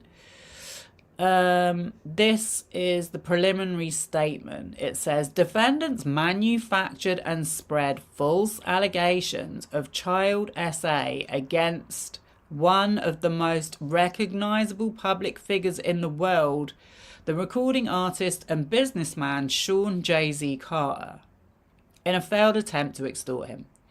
They weaponized those malicious lies by naming Carter as one of the Doe defendants in a high-profile federal lawsuit filed before Judge Torres in this court, Doe versus Coombs et al.,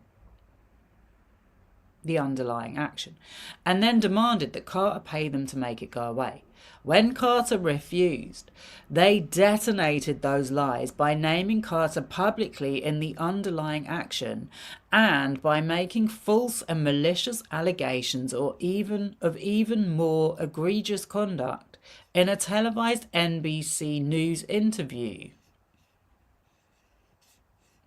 Later, Doe, a woman with a criminal record and pronounced history of mental illness, admitted on tape that none of her allegations against Carter were true and that her lawyer, defendant Anthony Buzbee, had manipulated her into accusing Carter.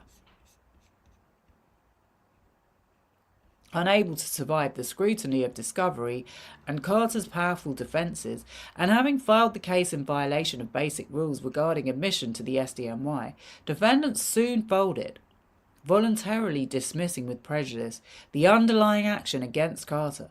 But in the instant news, high-tech world in which we all now live, that dismissal was both too little and too late. Defendants' conduct had already inflicted many millions of dollars in damage, so he's suing for $190 million. As well as damage to his reputation, his business, and his family. These damages continue to this day. Carter originally, his family, he talked about his 100-year-old grandma in that rap. That was the first thing he said. If she had transitioned before she passed. Sorry, if I hadn't been able to claim my name before she transitioned, I would have hunted him. Carter originally filed this lawsuit in the Southern District of Alabama, where Doe resides, and where defendant Anthony Buzbee, David Fortney, and Anthony G. Buzbee, LP collectively, Buzbee defendants, solicited Doe and began their scheme, along with their New York co-counsel Antigone Curis and Curis Law PLLC. Carter asserted claims for malicious prosecution, abuse of process, and conspiracy against all defendants, and defamation against Doe. The Alabama court, so she's blatantly admitted that she never met him, he was never at a party, and he never raped her. But yet she went on NBC News and did an interview about it before admitting that.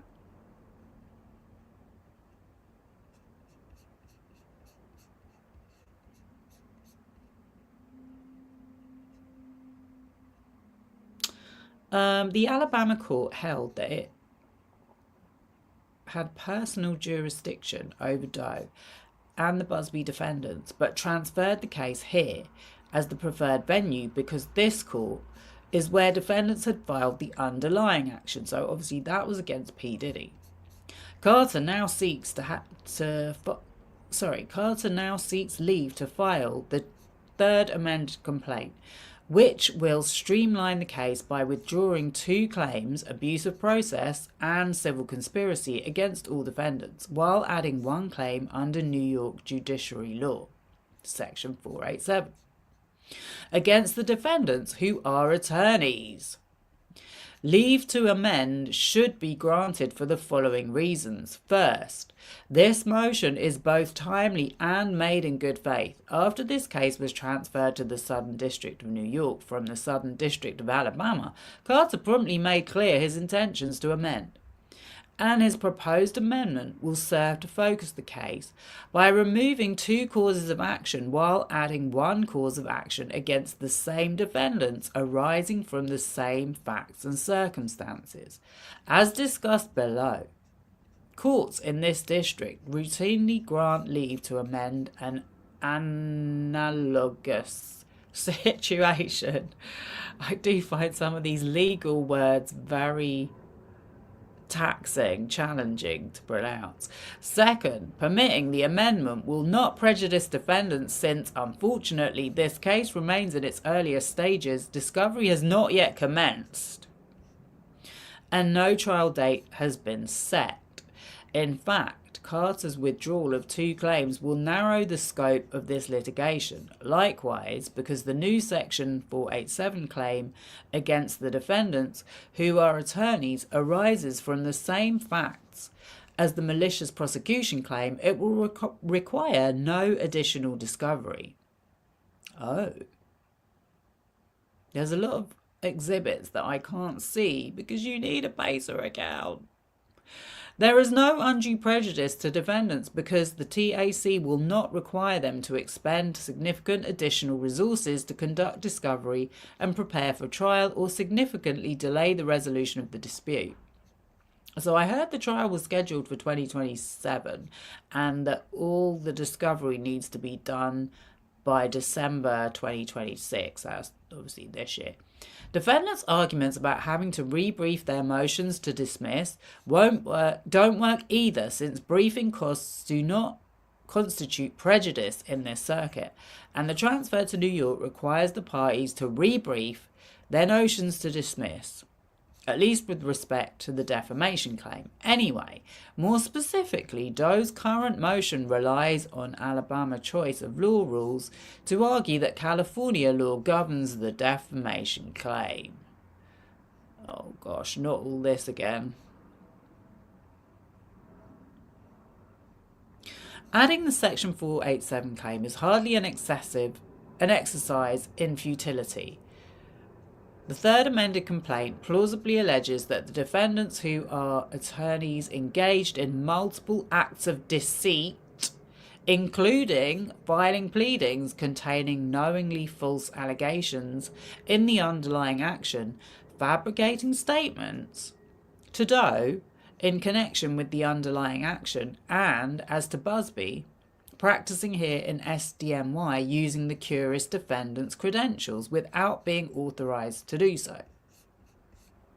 Indeed, defendant Fortney falsely and outrageously even told Doe that Carter had threatened to kill her in order to convince her to dismiss the underlying action, so that he and Buzbee could avoid sanctions for their unauthorised practices of law. If you want, I can try and find the bit on the video. I can play a bit of the recording where she admits to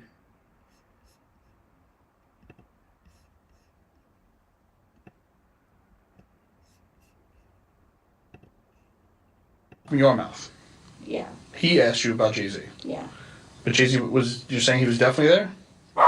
But he had no part in it, or he was just... He was there.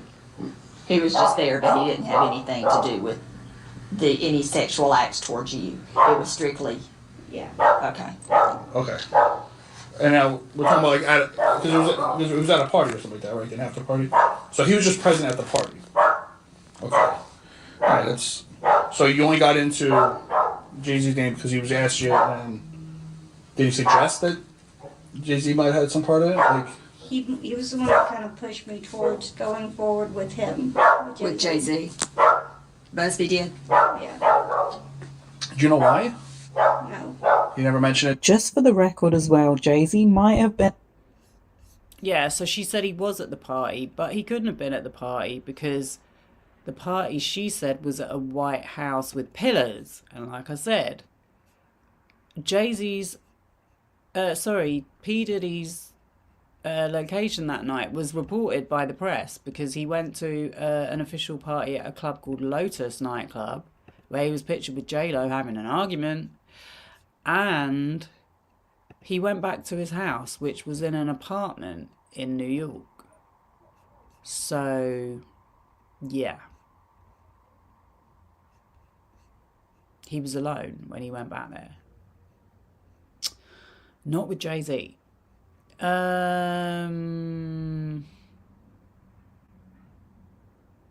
Also, another point that I made was that she was 13. She wouldn't have been let into the club. It's just like...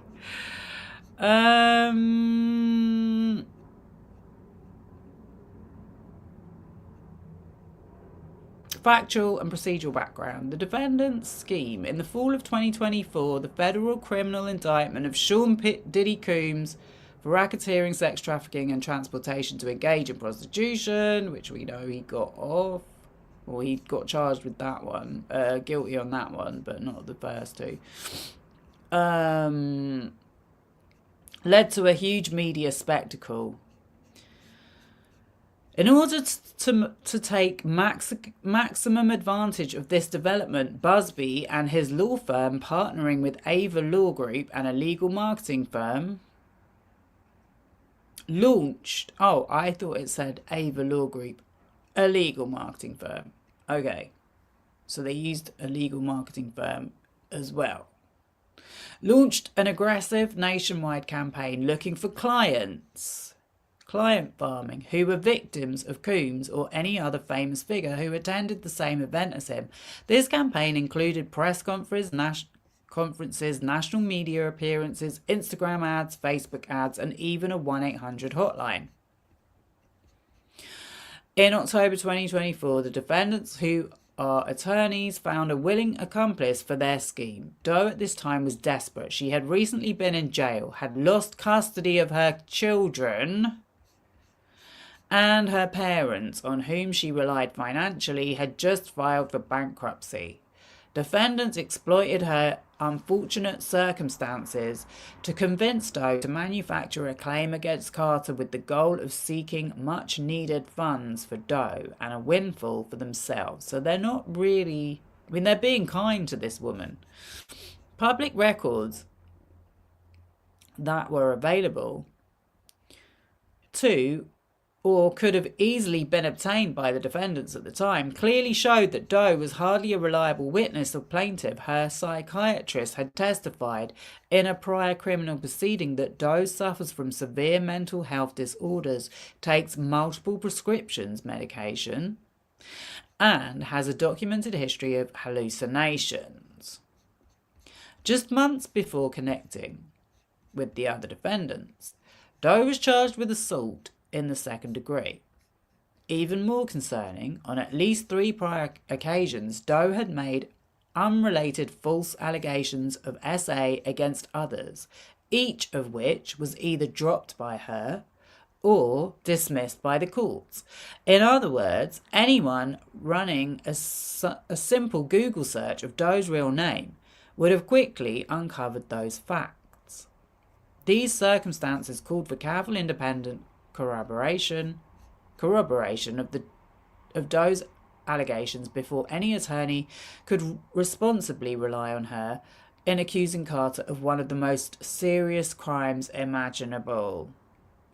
But the defendants nevertheless proceeded to file the underlying action against Coombs, his business entities, and Doe's 1 to 10, with celebrity A later revealed to be Carter, sticking out like a sore thumb as a provocative, as yet unnamed defendant on October 20th, 2024.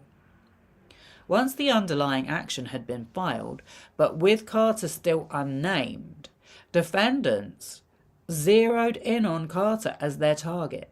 On November 5th, 2024, Doe's attorneys sent Carter counsel an extortionate demand letter falsely accusing Carter of criminal sexual conduct with respect to Doe, and threatening to name him publicly unless he agreed to pay a substantial settlement.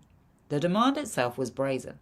Agree to a confidential mediation within 2 weeks, or face the destruction of everything Carter had spent his whole life building: his company, his family, and his reputation.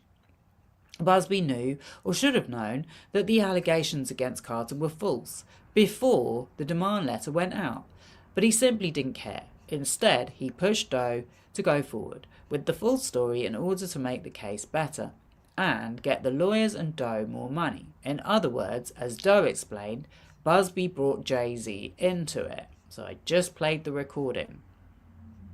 However, Carter refused to pay a penny to make these egregious allegations against him go away. As a result, on December 8, 2024, defendants amended the complaint to publicly name Carter, accusing him and Combs of sexually A-ing Doe. Then, a 13-year-old girl at an after-party following the MTV VMA Video Music Awards in 2000. Like I said, it's still on YouTube. These allegations were monstrous, demonstrable lies. While defendants' conduct up to that point was shocking, defendants were just getting started. In mid-December 2024, the Buzbee defendants paid for Doe to travel from Alabama to Houston for a televised interview with NBC. So this is literally just before Christmas. news designed to pressure Carter to capitulate. During the interview, Doe made new accusations that she had been trying to get away from Carter, but that he put his hand over my mouth. She also manufactured a corroborating witness, claiming she spoke to the musician Benji Madden, that was who I was trying to remember, of the band Good Charlotte at the VMA's after party. Basic journalism and common sense, however, demolished Doe's narrative. Doe, for example, claimed that the assault occurred at a large white residence with a gated U-shaped driveway. But contemporaneous photographs showed that Carter had spent the evening after the VMAs at Lotus, a nightclub in Lower Manhattan. Okay. So that was the same club that P. Diddy was pictured at. However, you can't see them together. They're not near each other.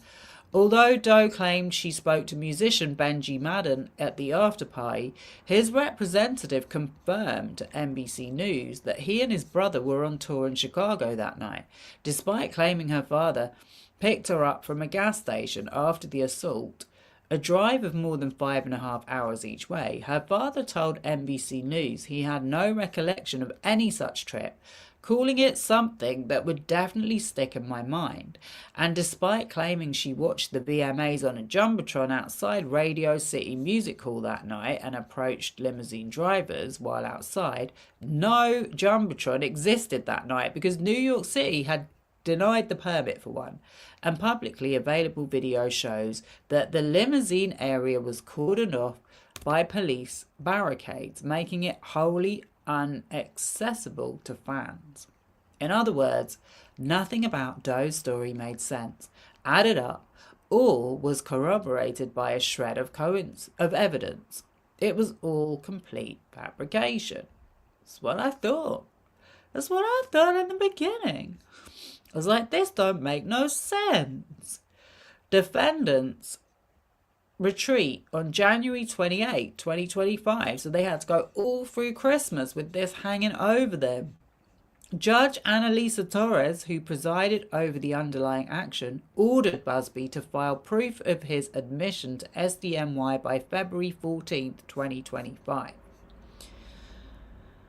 Buzbee scrambled to apply for such admission the very next day, but it was too late. On February 13th, 2025, one day before Judge Torres' deadline, Buzbee received word that the Committee on Grievance had denied his application because he had already appeared in other SDNY cases involving Coombs without seeking admission and had filed pleadings to more than 20 cases using the ECF credentials of defendants Curis. Yeah, that's why she got called in for a sanctions hearing.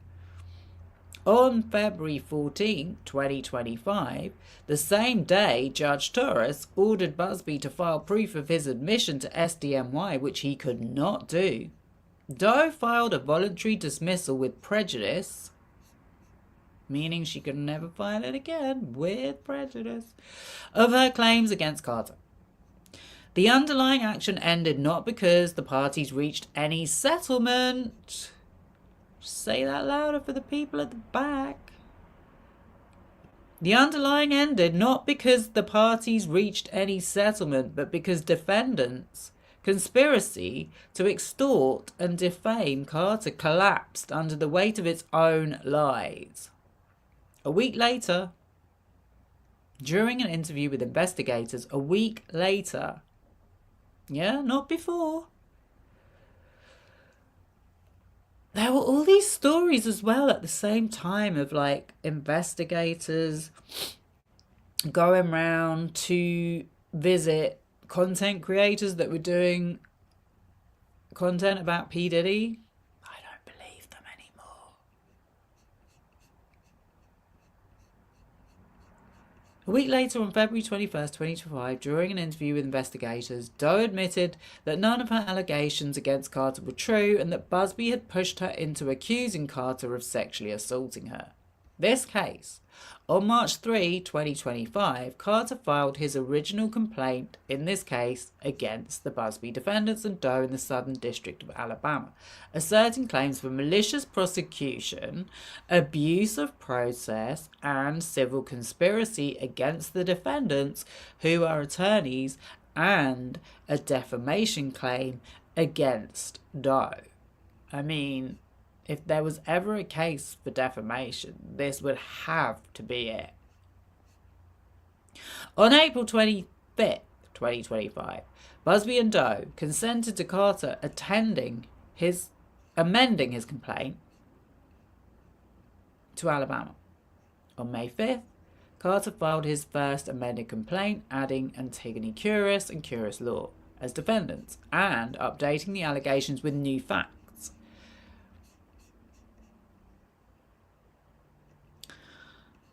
Judge Terry F. Moorer ordered Carter to file a second amended complaint, limited to clarifying the allegations regarding the defendant's citizenship for purposes of establishing diversity jurisdiction. 1 day later, Carter filed his second amended complaint, the currently operative pleading amending only the jurisdictional allegations as directed by the Alabama court.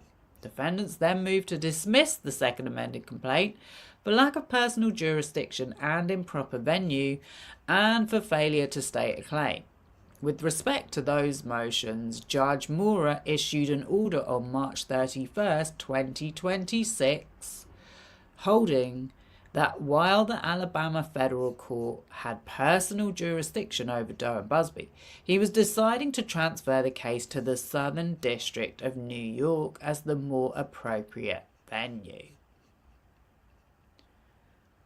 Defendants' rule motions and procedural motion regarding pseudonymity were transferred to and remain pending before this court. Defendants have acknowledged that because of the transfer, renewed briefing may now be appropriate. Amicable standard. Leave to amend a complaint should be freely given when justice so required. This is a liberal and permissive standard, and the only grounds on which denial of leave to amend has long been held proper are upon showing of undue delay, bad faith, dilatory motive, or futility. So he's saying, my reasons for making a third amended complaint are valid, they're none of these. I'm not sure what that means, but I believe them. Even though plaintiffs seeking leave to amend to make an untimely jury demand and add a party which destroyed diversity, court will still exercise its discretion to allow amendment. I think it's referring to another case. As the Second Circuit has held, however,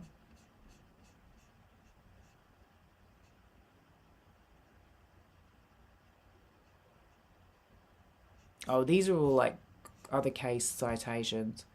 In this case, discovery has not begun. I really am going to be interested to see the discovery on this. The case has just been transferred to this district, and defendants acknowledge that renewed motion to dismiss briefing is appropriate. Blah, blah, blah, blah, blah. Oh, damn.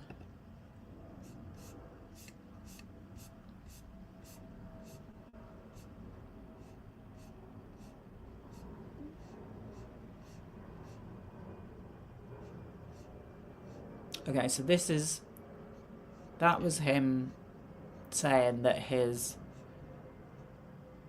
application meets the standard. I'm really starting to understand legal jargon.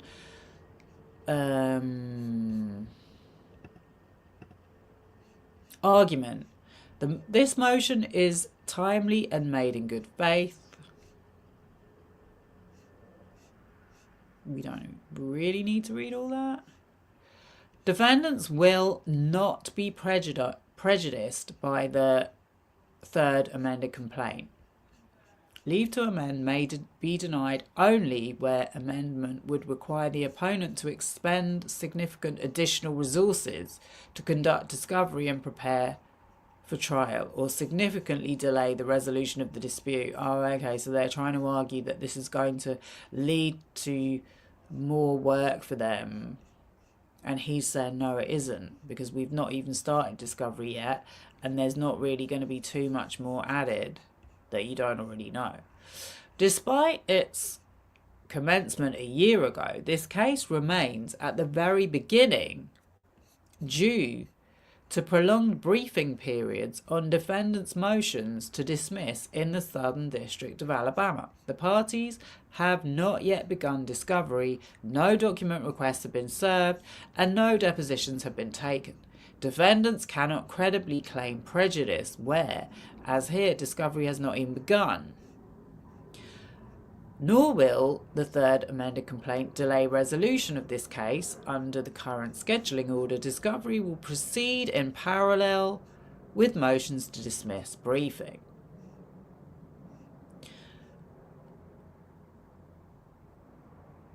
The third amended complaint does not meaningfully expand the scope of discovery. Okay. Rebriefing does not constitute prejudice.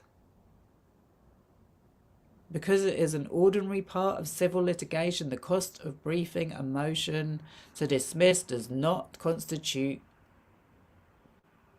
cognizable prejudice in this circuit. For example, the Second Circuit held that the District Court had abused its discretion in denying leave to amend, even though defendants had spent a vast amount of money litigating the sufficiency of various complaints. Okay. Oh my gosh, stop doing that. We're nearly at the end.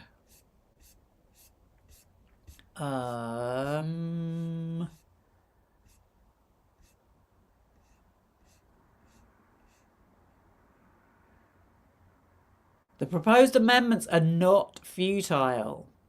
A proposed amendment is futile if it would be subject to dismissal for failure to state a claim under federal rule of civil procedure.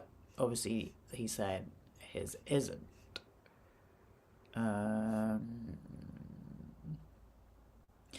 Indeed, defendants worked to paper over the gaps in Doe's narrative. For example, their original complaint alleged that Doe spoke with a limousine driver who told her to return for the after party around 9:30 or 10 p.m. Underlying action. That allegation was factually untrue. The 2000 VMAs did not even end until 11:11 p.m. But rather than withdraw the complaint or correct the record, defendants amended the pleading to remove the offending time references altogether, alleging only that later that evening Doe waited for what seemed to her a long time before being driven to the party. Either the defendants, who are attorneys, knowingly lied in their filings from the start, or they discovered that key parts of Doe's story were false and attempted to hide that fact from the court. That is attorney deceit at the heart of Section 487. I'm sure they're going to argue something else, but I get what they're saying. Second, the defendants, who are attorneys, deceived the court by presenting Doe's allegations as if they had conducted a reasonable pre-suit investigation. By signing, approving and filing the complaint and amended complaint in the underlying action, defendants, who are attorneys, represented that Doe's allegations had evidentiary support after a reasonable inquiry. But they could not possibly have conducted a reasonable inquiry. So the people who whistle blew at the call centre said that they did not do any inquiry. They didn't have time anyway. Doe retained Ava Law around October 14th, 2024. Defendants filed the original complaint just 6 days later, and during that same period, defendants supposedly vetted more than a dozen other Coombs-related cases involving decades-old allegations. Indeed, basic checks would have exposed fatal problems with Doe's story. Carter was in a different venue. No Jumbotron existed. Police barricades blocked the limousine area. Benji Madden was on tour in a different state. Another supposed corroborating witness was dead. And Doe's father had no recollection of the supposed pickup. I'm just reading that. Carter was at a different venue. I thought he said he wasn't. This is why I want to see the discovery. Not that it really matters. It's obvious that what she said just wasn't true. Also, I forgot as well, on one of my videos, there was people have posted historical photos on Instagram about it as well, saying that they were at the party. They see him at a party.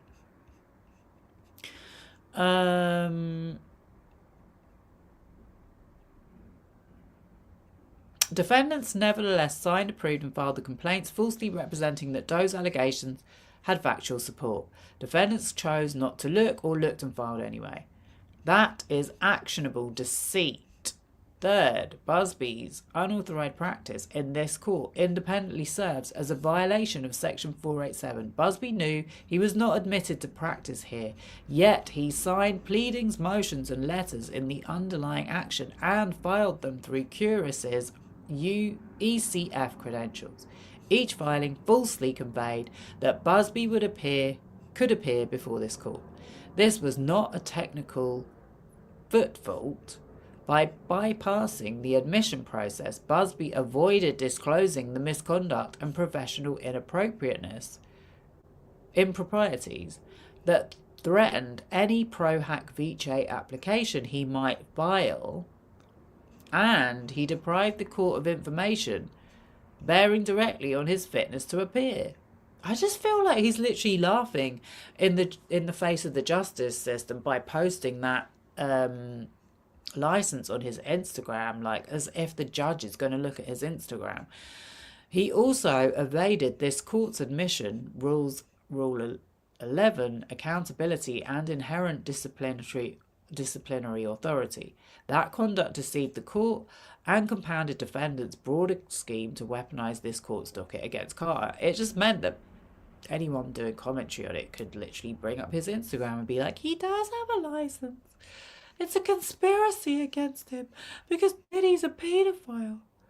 Finally, defendants Buzbee and Fortney engaged in further deceit by fabricating threats from Carter